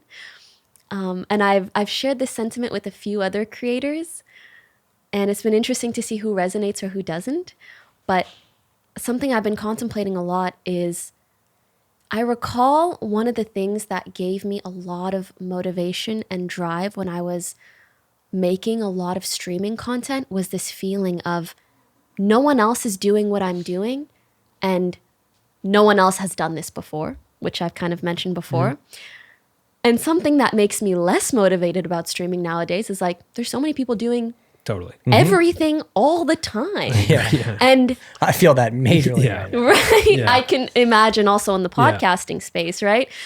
And part of me also wonders like, is it narcissistic of me to feel this way? Or is it just like, that's what's creatively exciting for me Yeah, you're to a creative. feel like I'm doing something different. And I found other, especially short form creators actually feel this way, where they're like, I was so excited initially when there was a lot of momentum and I was doing something new. Now, 500 other people are doing the same format that I am. And it's like, am I making a piece of content to satisfy an audience or to satisfy an algorithm versus can I try to figure out something that feels uniquely me? I think we're all, as audiences, at least for me, like I'm looking for more honesty and less strategy when I'm watching content. I think like strategy has become, because this is such a big business now. Like you mentioned, You can feel the strategy Yeah, you in a can feel piece the of content, strategy. and you can even watch it and be like, I'm so engaged, but I know they strategically are engaging me. You know what I mean? but when you're talking about deals in the $1 to $20 million range or higher, like you're Fucking just, insane. you're working in the world where like there's a lot of people involved now. It's a different game. It's like, it's just so different. I'm curious about your team. Like how many people are on your team now? Because you did a video with Graham Stephan like years ago. Where like this is 4 years ago where this is what your team looked like.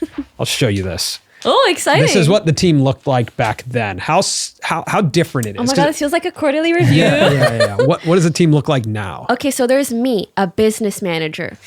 Still there. Still.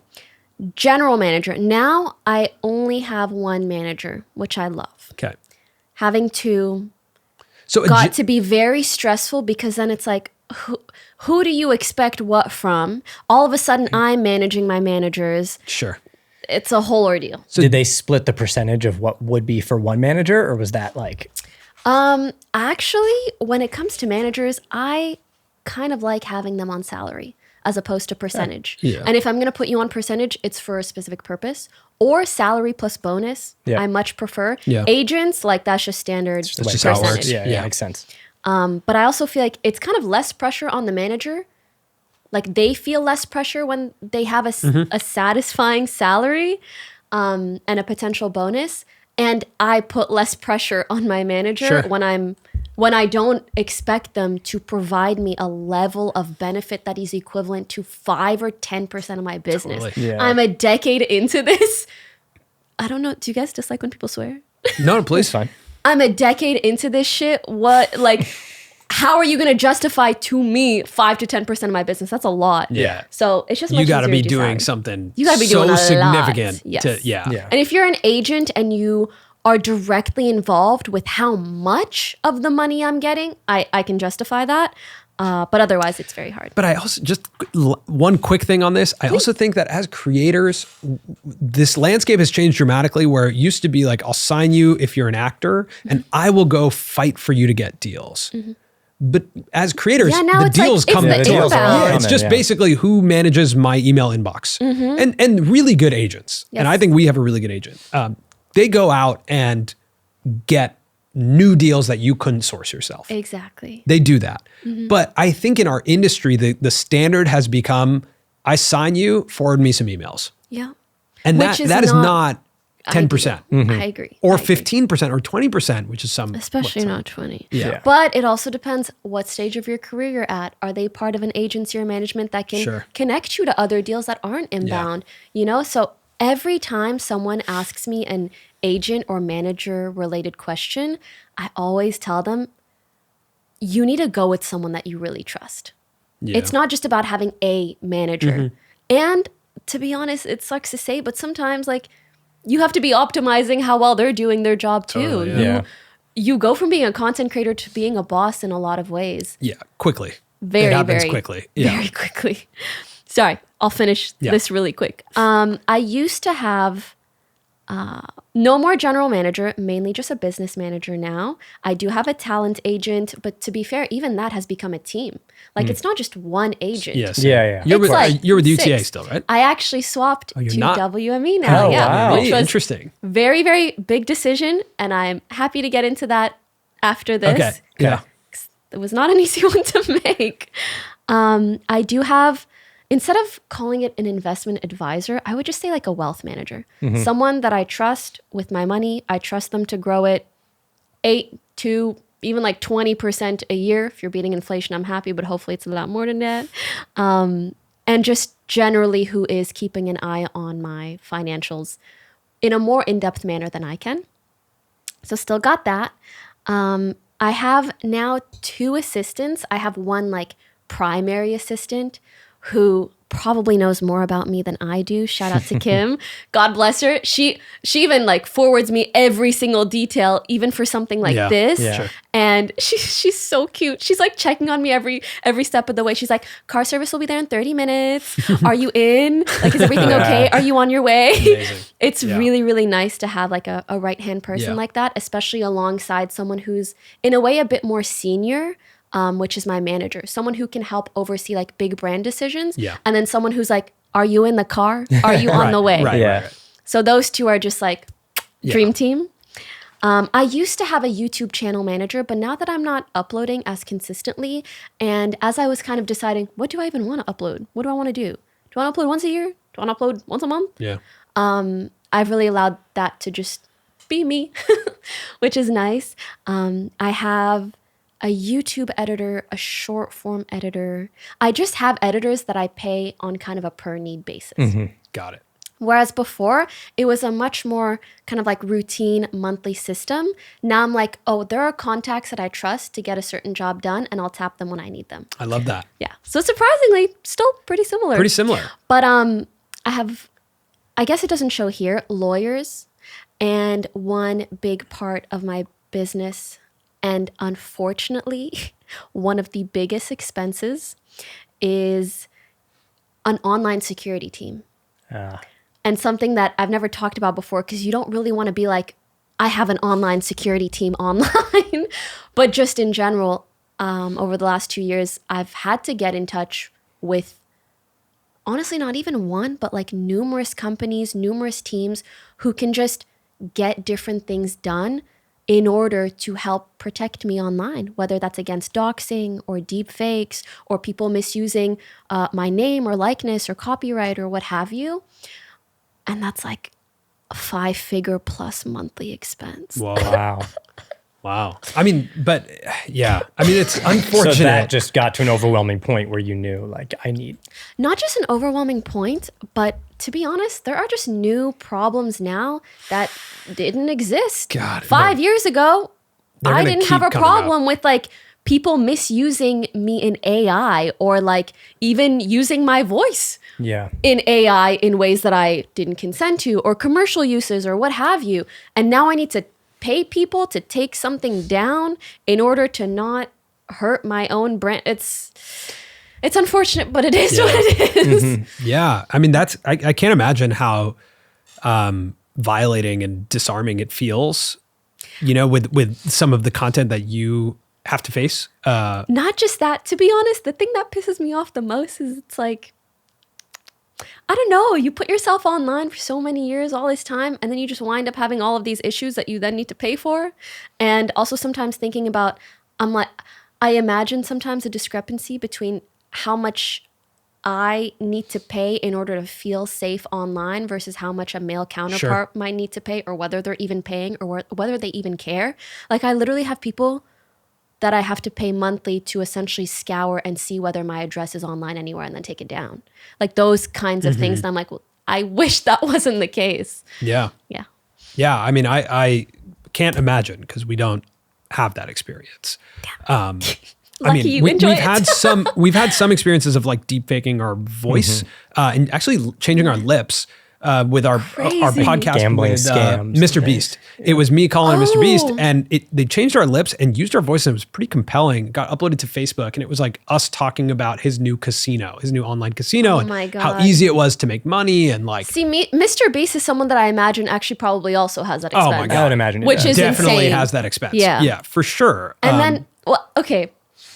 I guess it's also, sometimes I think I've been thinking too much recently where I'm like, oh my God, I'm working and then I get more known online and then I have to pay to be safe online where I'm making myself more known. But then the more known I am, the more I have problems. But that's that's more also money, more though, problems. and That's more- also more celebrities. expenses. That's celebrities in the physical world too, right? Like I think about Absolutely. This is But bizarre, also- but I thought about this with Timothy Chalamet showing up to the Timothy Chalamet Oh my lookalike God, contest. You yeah. know that Yeah, clip yeah. of him showing up, right? Hands are shaking. Oh my God. Yeah. And I was just like, huh.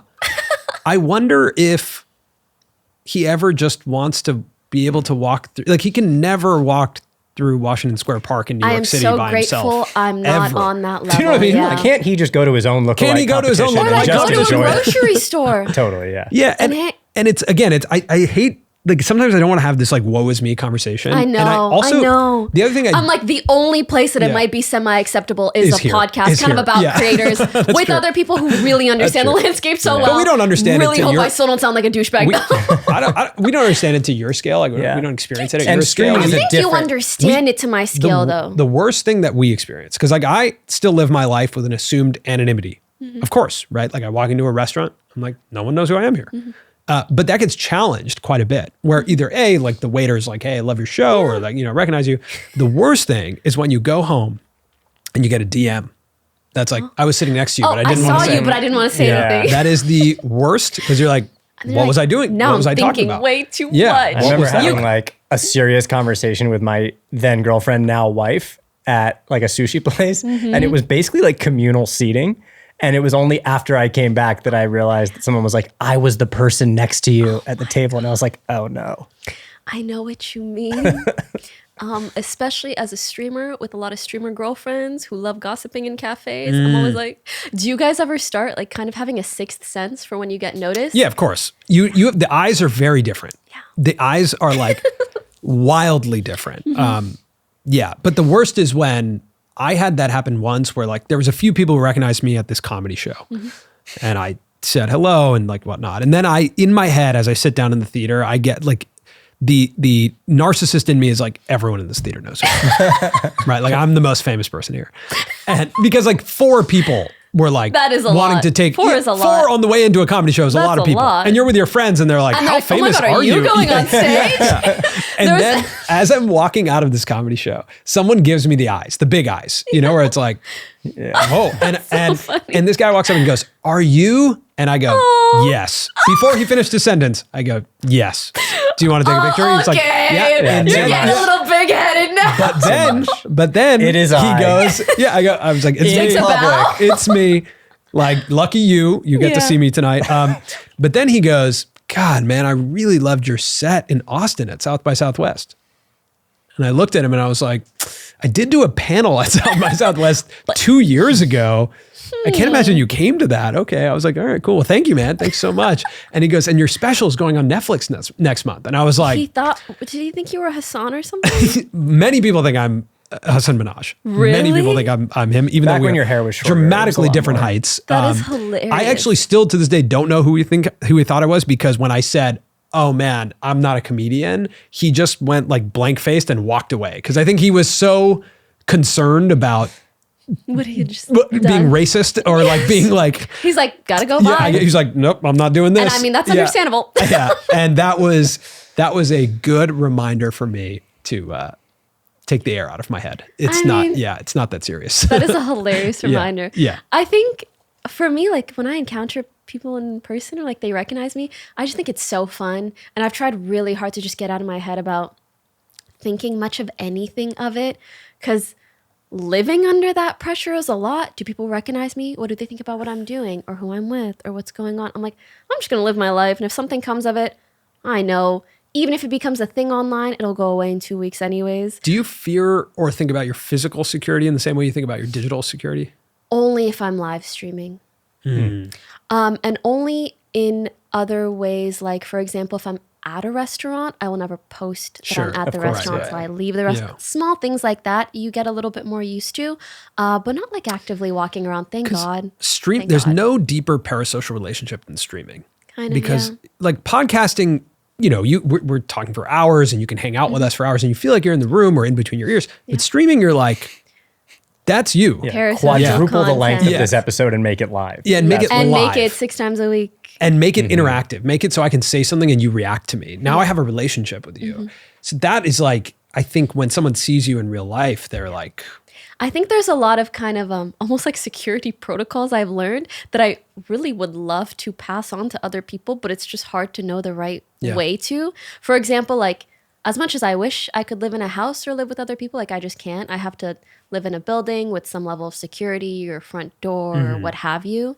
And that's just been something you got to learn along the way.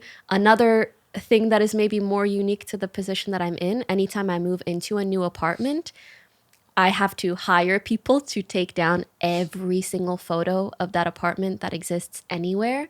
And if anything makes it very unique, I have to change those things. Like in my last apartment that I lived in, it had a very unique like booth and like color scheme in the kitchen, and I had to repaint everything. Sure, Because yeah. if anyone finds Yeah, yeah. that one photo online They of know that your apartment, address. they piece it together so quickly.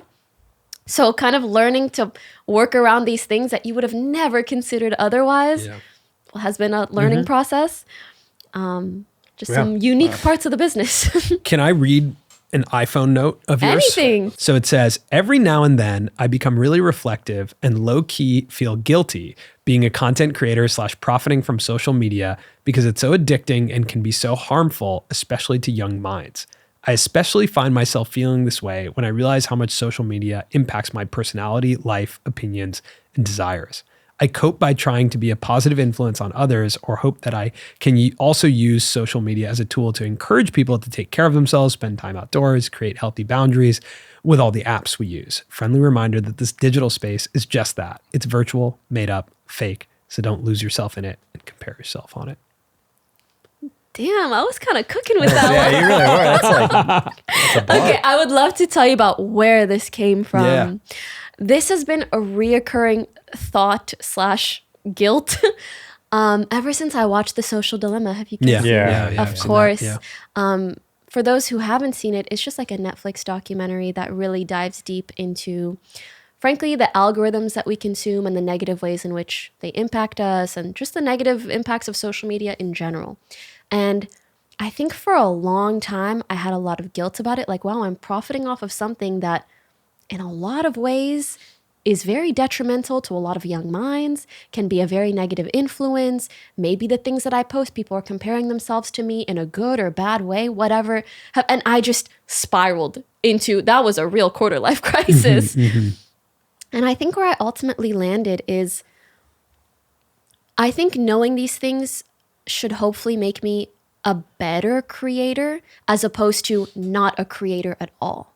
Because it really had me thinking like, do I even want to participate in this machine that can be so harmful? Do I want to be just like a cog in a wheel doing things that I don't even maybe agree with? Especially when you look into some of the platforms that we use, and especially if they're private platforms, they can pick and choose what they want, the things that they push or don't, the politics behind all of these things. I'm like, do I even want to participate in it? And that's why I end by saying, like, at the end of the day, I'd rather try to be a positive influence than not an influence whatsoever, especially with notes like that, and remind people, like, we got to get the heck off our phones sometimes. The real world is out here.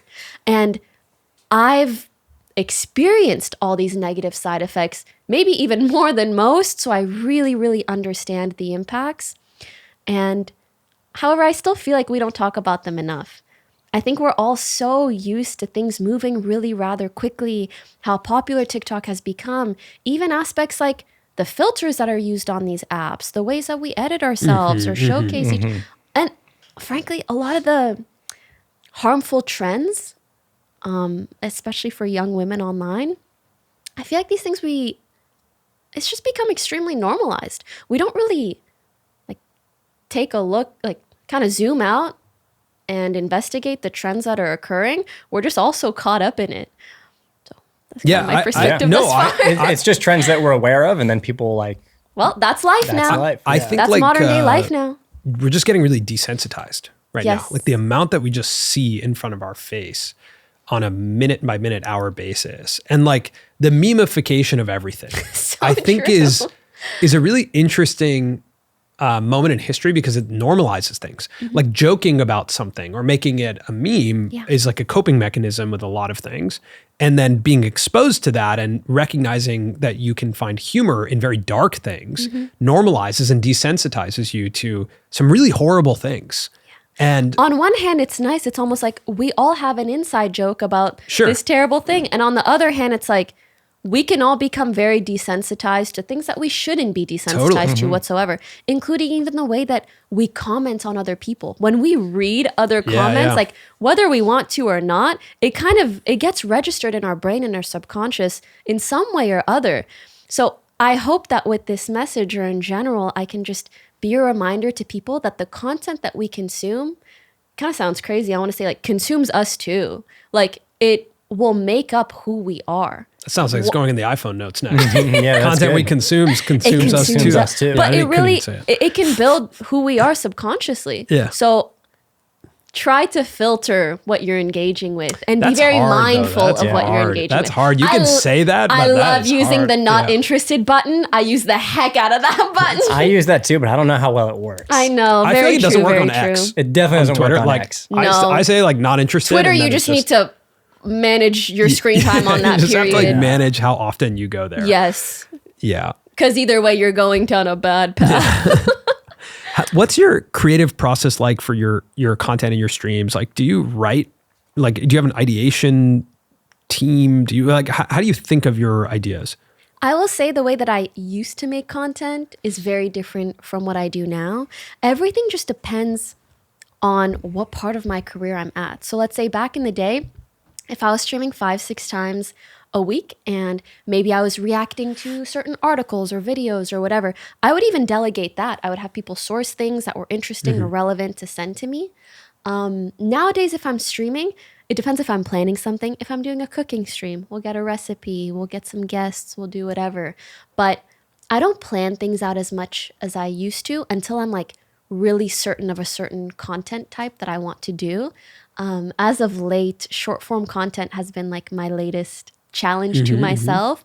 Learning how to make short form content has been fascinating. Streaming, you can turn it on and have a great stream. You can plan it and have a great stream. Short form content, oh my God. Even figuring out like what shots to use, what kind of visual hook you want at the beginning, to scripting something out, recording it. Does that match the way the editor edited it? Do you want this piece? It's a whole new challenge to me, which has been really, really fun.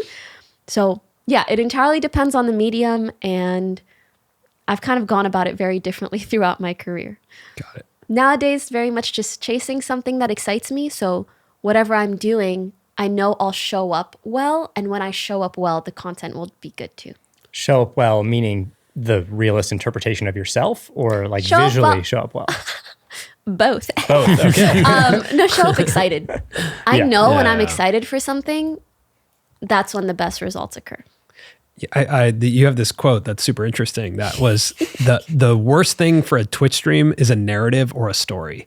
And you're saying that in the context of people need to be able to jump in at any time. Yes. Okay, that is something so unique about the medium that is live streaming. Yeah. And I keep referencing mediums of content because, again, I love chasing a challenge. And I'm like, I've been able to do the live streaming thing.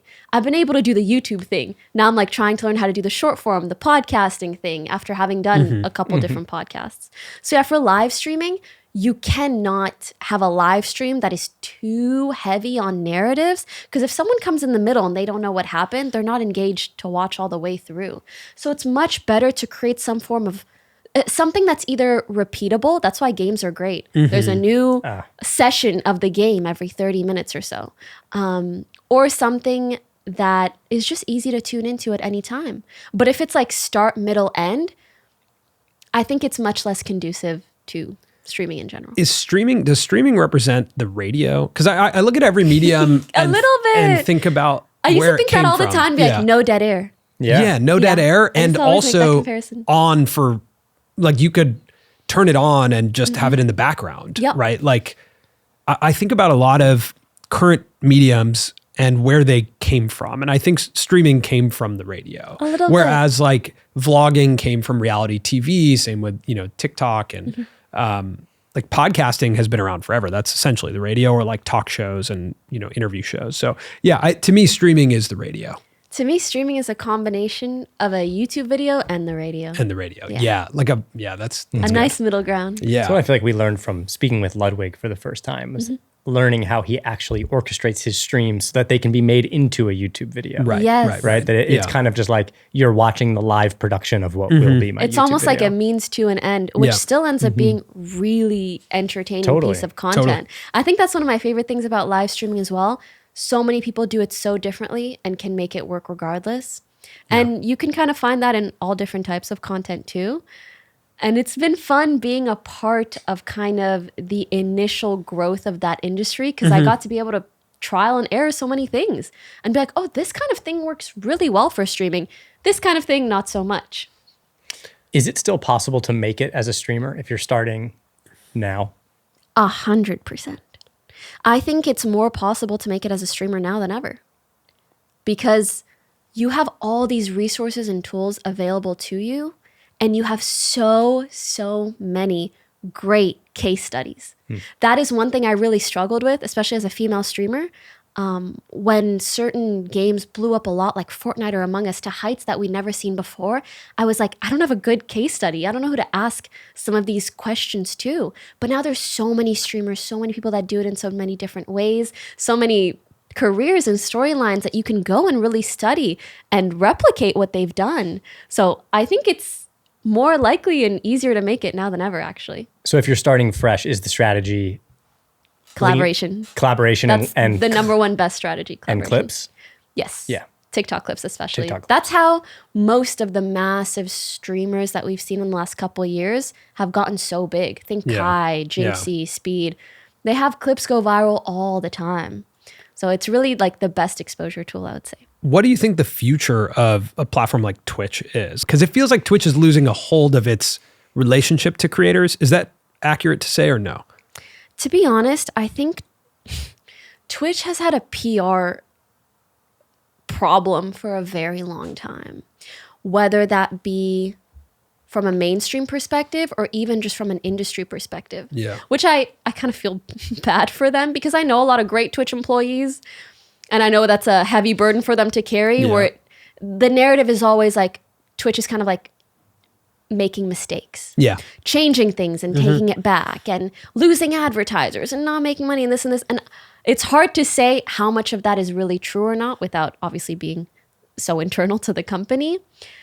I think one of the things I always wished they would do and that I feel would actually be good for profits though, is I wish they made the subscription perks more native to the platform and gave us more options. And I've been begging them for this for like 6-7 years, like kind of a Patreon Twitch streaming combination. Got it. So there's multiple layer or levels of subscription and those would unlock different you things. cannot give different perks for these different Yeah, levels, that aside from feels- emotes and things that are built in, but really Sure. not that substantial. Yeah, there should definitely be like a premium subscriber only stream type thing. And then Yeah, there's just, so many different things you could do. or like clips or vlogs, like you could upload them in the inside of Twitch, yes, maybe but that they're for subscribers Yeah, only. yeah. I remember when I first started streaming in university, and I was really trying to grow as a streamer, and I was like, what perks can I give my subscribers that aren't already out there? I literally had someone build me an external, like third-party website and app where I basically had a subscribers only blog. And you would have to authenticate through Twitch. But once it authenticated you and saw that you were a subscriber, I had like subscriber only blog posts That's or cool. videos Yeah. or photos. Like I just created a whole external website for it. And I'm like, why can't you just put this in the Also, the website? challenge there is like maybe that would work at scale, but it might just work for specific cases. And Twitch as Fair like enough. when you're And a maybe platform they would be CEO, less of a live streaming Yeah. website and more of Yeah. a, oh, we're doing Now too many we're- things at now once, we're like a a jack of membership. all trades. Yeah, now we're a membership Fair platform. enough. And that's the challenge with like YouTube and Twitch where, or any of the platforms, they have to build for the majority. They Yeah. have to build for the vast majority and for the newcomer. Mm-hmm. They have to build a model that's just like anyone could become the next streamer. If they complicate the model, it's like, yeah, it can get challenging. I do feel like Twitch still has quite the monopoly in the streaming world. Totally. And so I think even if from an outsider's perspective, sometimes it's like, are they doing well? Why are people complaining about Twitch all the time? At the end of the day, Twitch is still Twitch. Like it's known as the live streaming Yeah, place for totally. a reason. Yeah. And I think the people working there just have to do their best to maintain that Yeah. working service. It does have an interesting PR vibe to Yeah. it, but I think about it often because it's producing cultural relevance at a, like the way that we saw TikTok, and as TikTok emerged in cultural relevance, I'm like, but Twitch is producing cultural relevance in a different like depth. Isn't it interesting how culturally relevant it can be, but still not profitable as a company? And reliant Yeah. on other platforms. Yeah. Yeah. And reliant To on be like culturally relevant. YouTube. Yeah. Yeah, it is interesting. And how it's unfortunate, but maybe the reality of things, like the biggest growth spikes we've seen on Twitch were all due to things completely unrelated to the platform. I think YouTube is probably one of the most impressive platforms because you see it grow. Sometimes it feels like for reasons of its own, or actually improve as a platform itself, and feel like it's becoming more valuable to the everyday consumer. Whether that's really well built out ads, or really for any creator, you would look at YouTube as a platform and be like, this is a very valuable platform, period. Do you guys kind of get what I mean? Yeah. It's very well built out. And I must say, probably the Google acquisition had something to do with that too. Yeah, for sure. Of course. Totally. Yeah. What's one thing that in a year from now, if you haven't done, you'd be upset with? Or like, if you could just paint me a picture of 1 year from now, what does success look like for Pokimane? It's funny. The first thing I thought of was like, fix the lighting on my new podcast with Lily. That feels attainable. Yeah, you could do that. Yeah. For sure. Yeah.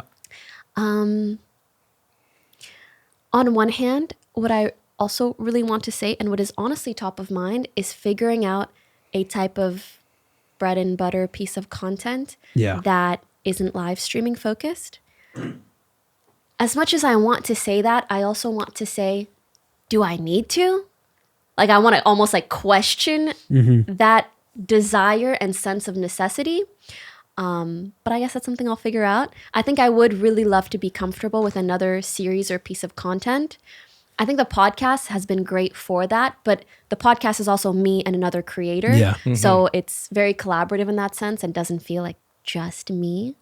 And especially when I do collaborations even like this, I'm like, what am I funneling people into? Because I no longer want to funnel them into just my streaming page, because that's not what I'm doing all the time. So what do I want to do all the time? Kind of solving for that. That's a good answer. Thank you. I think But that's a really good answer. Scary to say, because now I'm like, now I'm telling you guys, now people are going to know. And it's like, what if I don't come up with shit for the next year? Yeah, now we're all watching. But it's also real. fun to watch you, with this context, it's fun to watch you explore now. It's Thank fun to you. watch you Yeah. experiment. Like, That's fair. I think that can be the bread and butter. Oh, maybe. Right? Like the outward, it's very meta, but the outward facing for the time being can be like, watch me experiment. Or if it is with your pod with Lily, it's like, I'm going to talk about my experiments here. No, that's actually a great feedback loop for me, because I think I've been very, very to myself the last couple years Yeah. in terms of these thought processes. But I actually think sharing them is probably like pretty interesting to an audience, or at least Totally. Yeah. then when they consume the content, they have an added piece of like context about, oh, she's doing this kind of short form because she wanted to try to do it, or experiment with something new, or get better at a different medium. And then they get to be a part of your evolution sooner. Yeah. Right? Yeah. Than like finding out sort of after, like, oh, she was trying to Exactly. do that thing. They just get to be a part of it. true. Well, we're rooting for you. Thank you so We're much. really excited. I'm curious to see where you go next. I think this whole cohort of people who emerged over the past 10 years, like, I always wonder, what is it going to look like in 10, 15 years from now? Are we going to be at like some awards event together and be like, oh, wow, you're acting now? You I know, sure or you're hope like, so. I wish there was like a creator reunion. I know, but Yeah. that's Instead of like a high school Streamies was reunion? kind of like that. It doesn't really True. happen anymore. But yeah, we don't have that. So Maybe we should make it. maybe we should make it.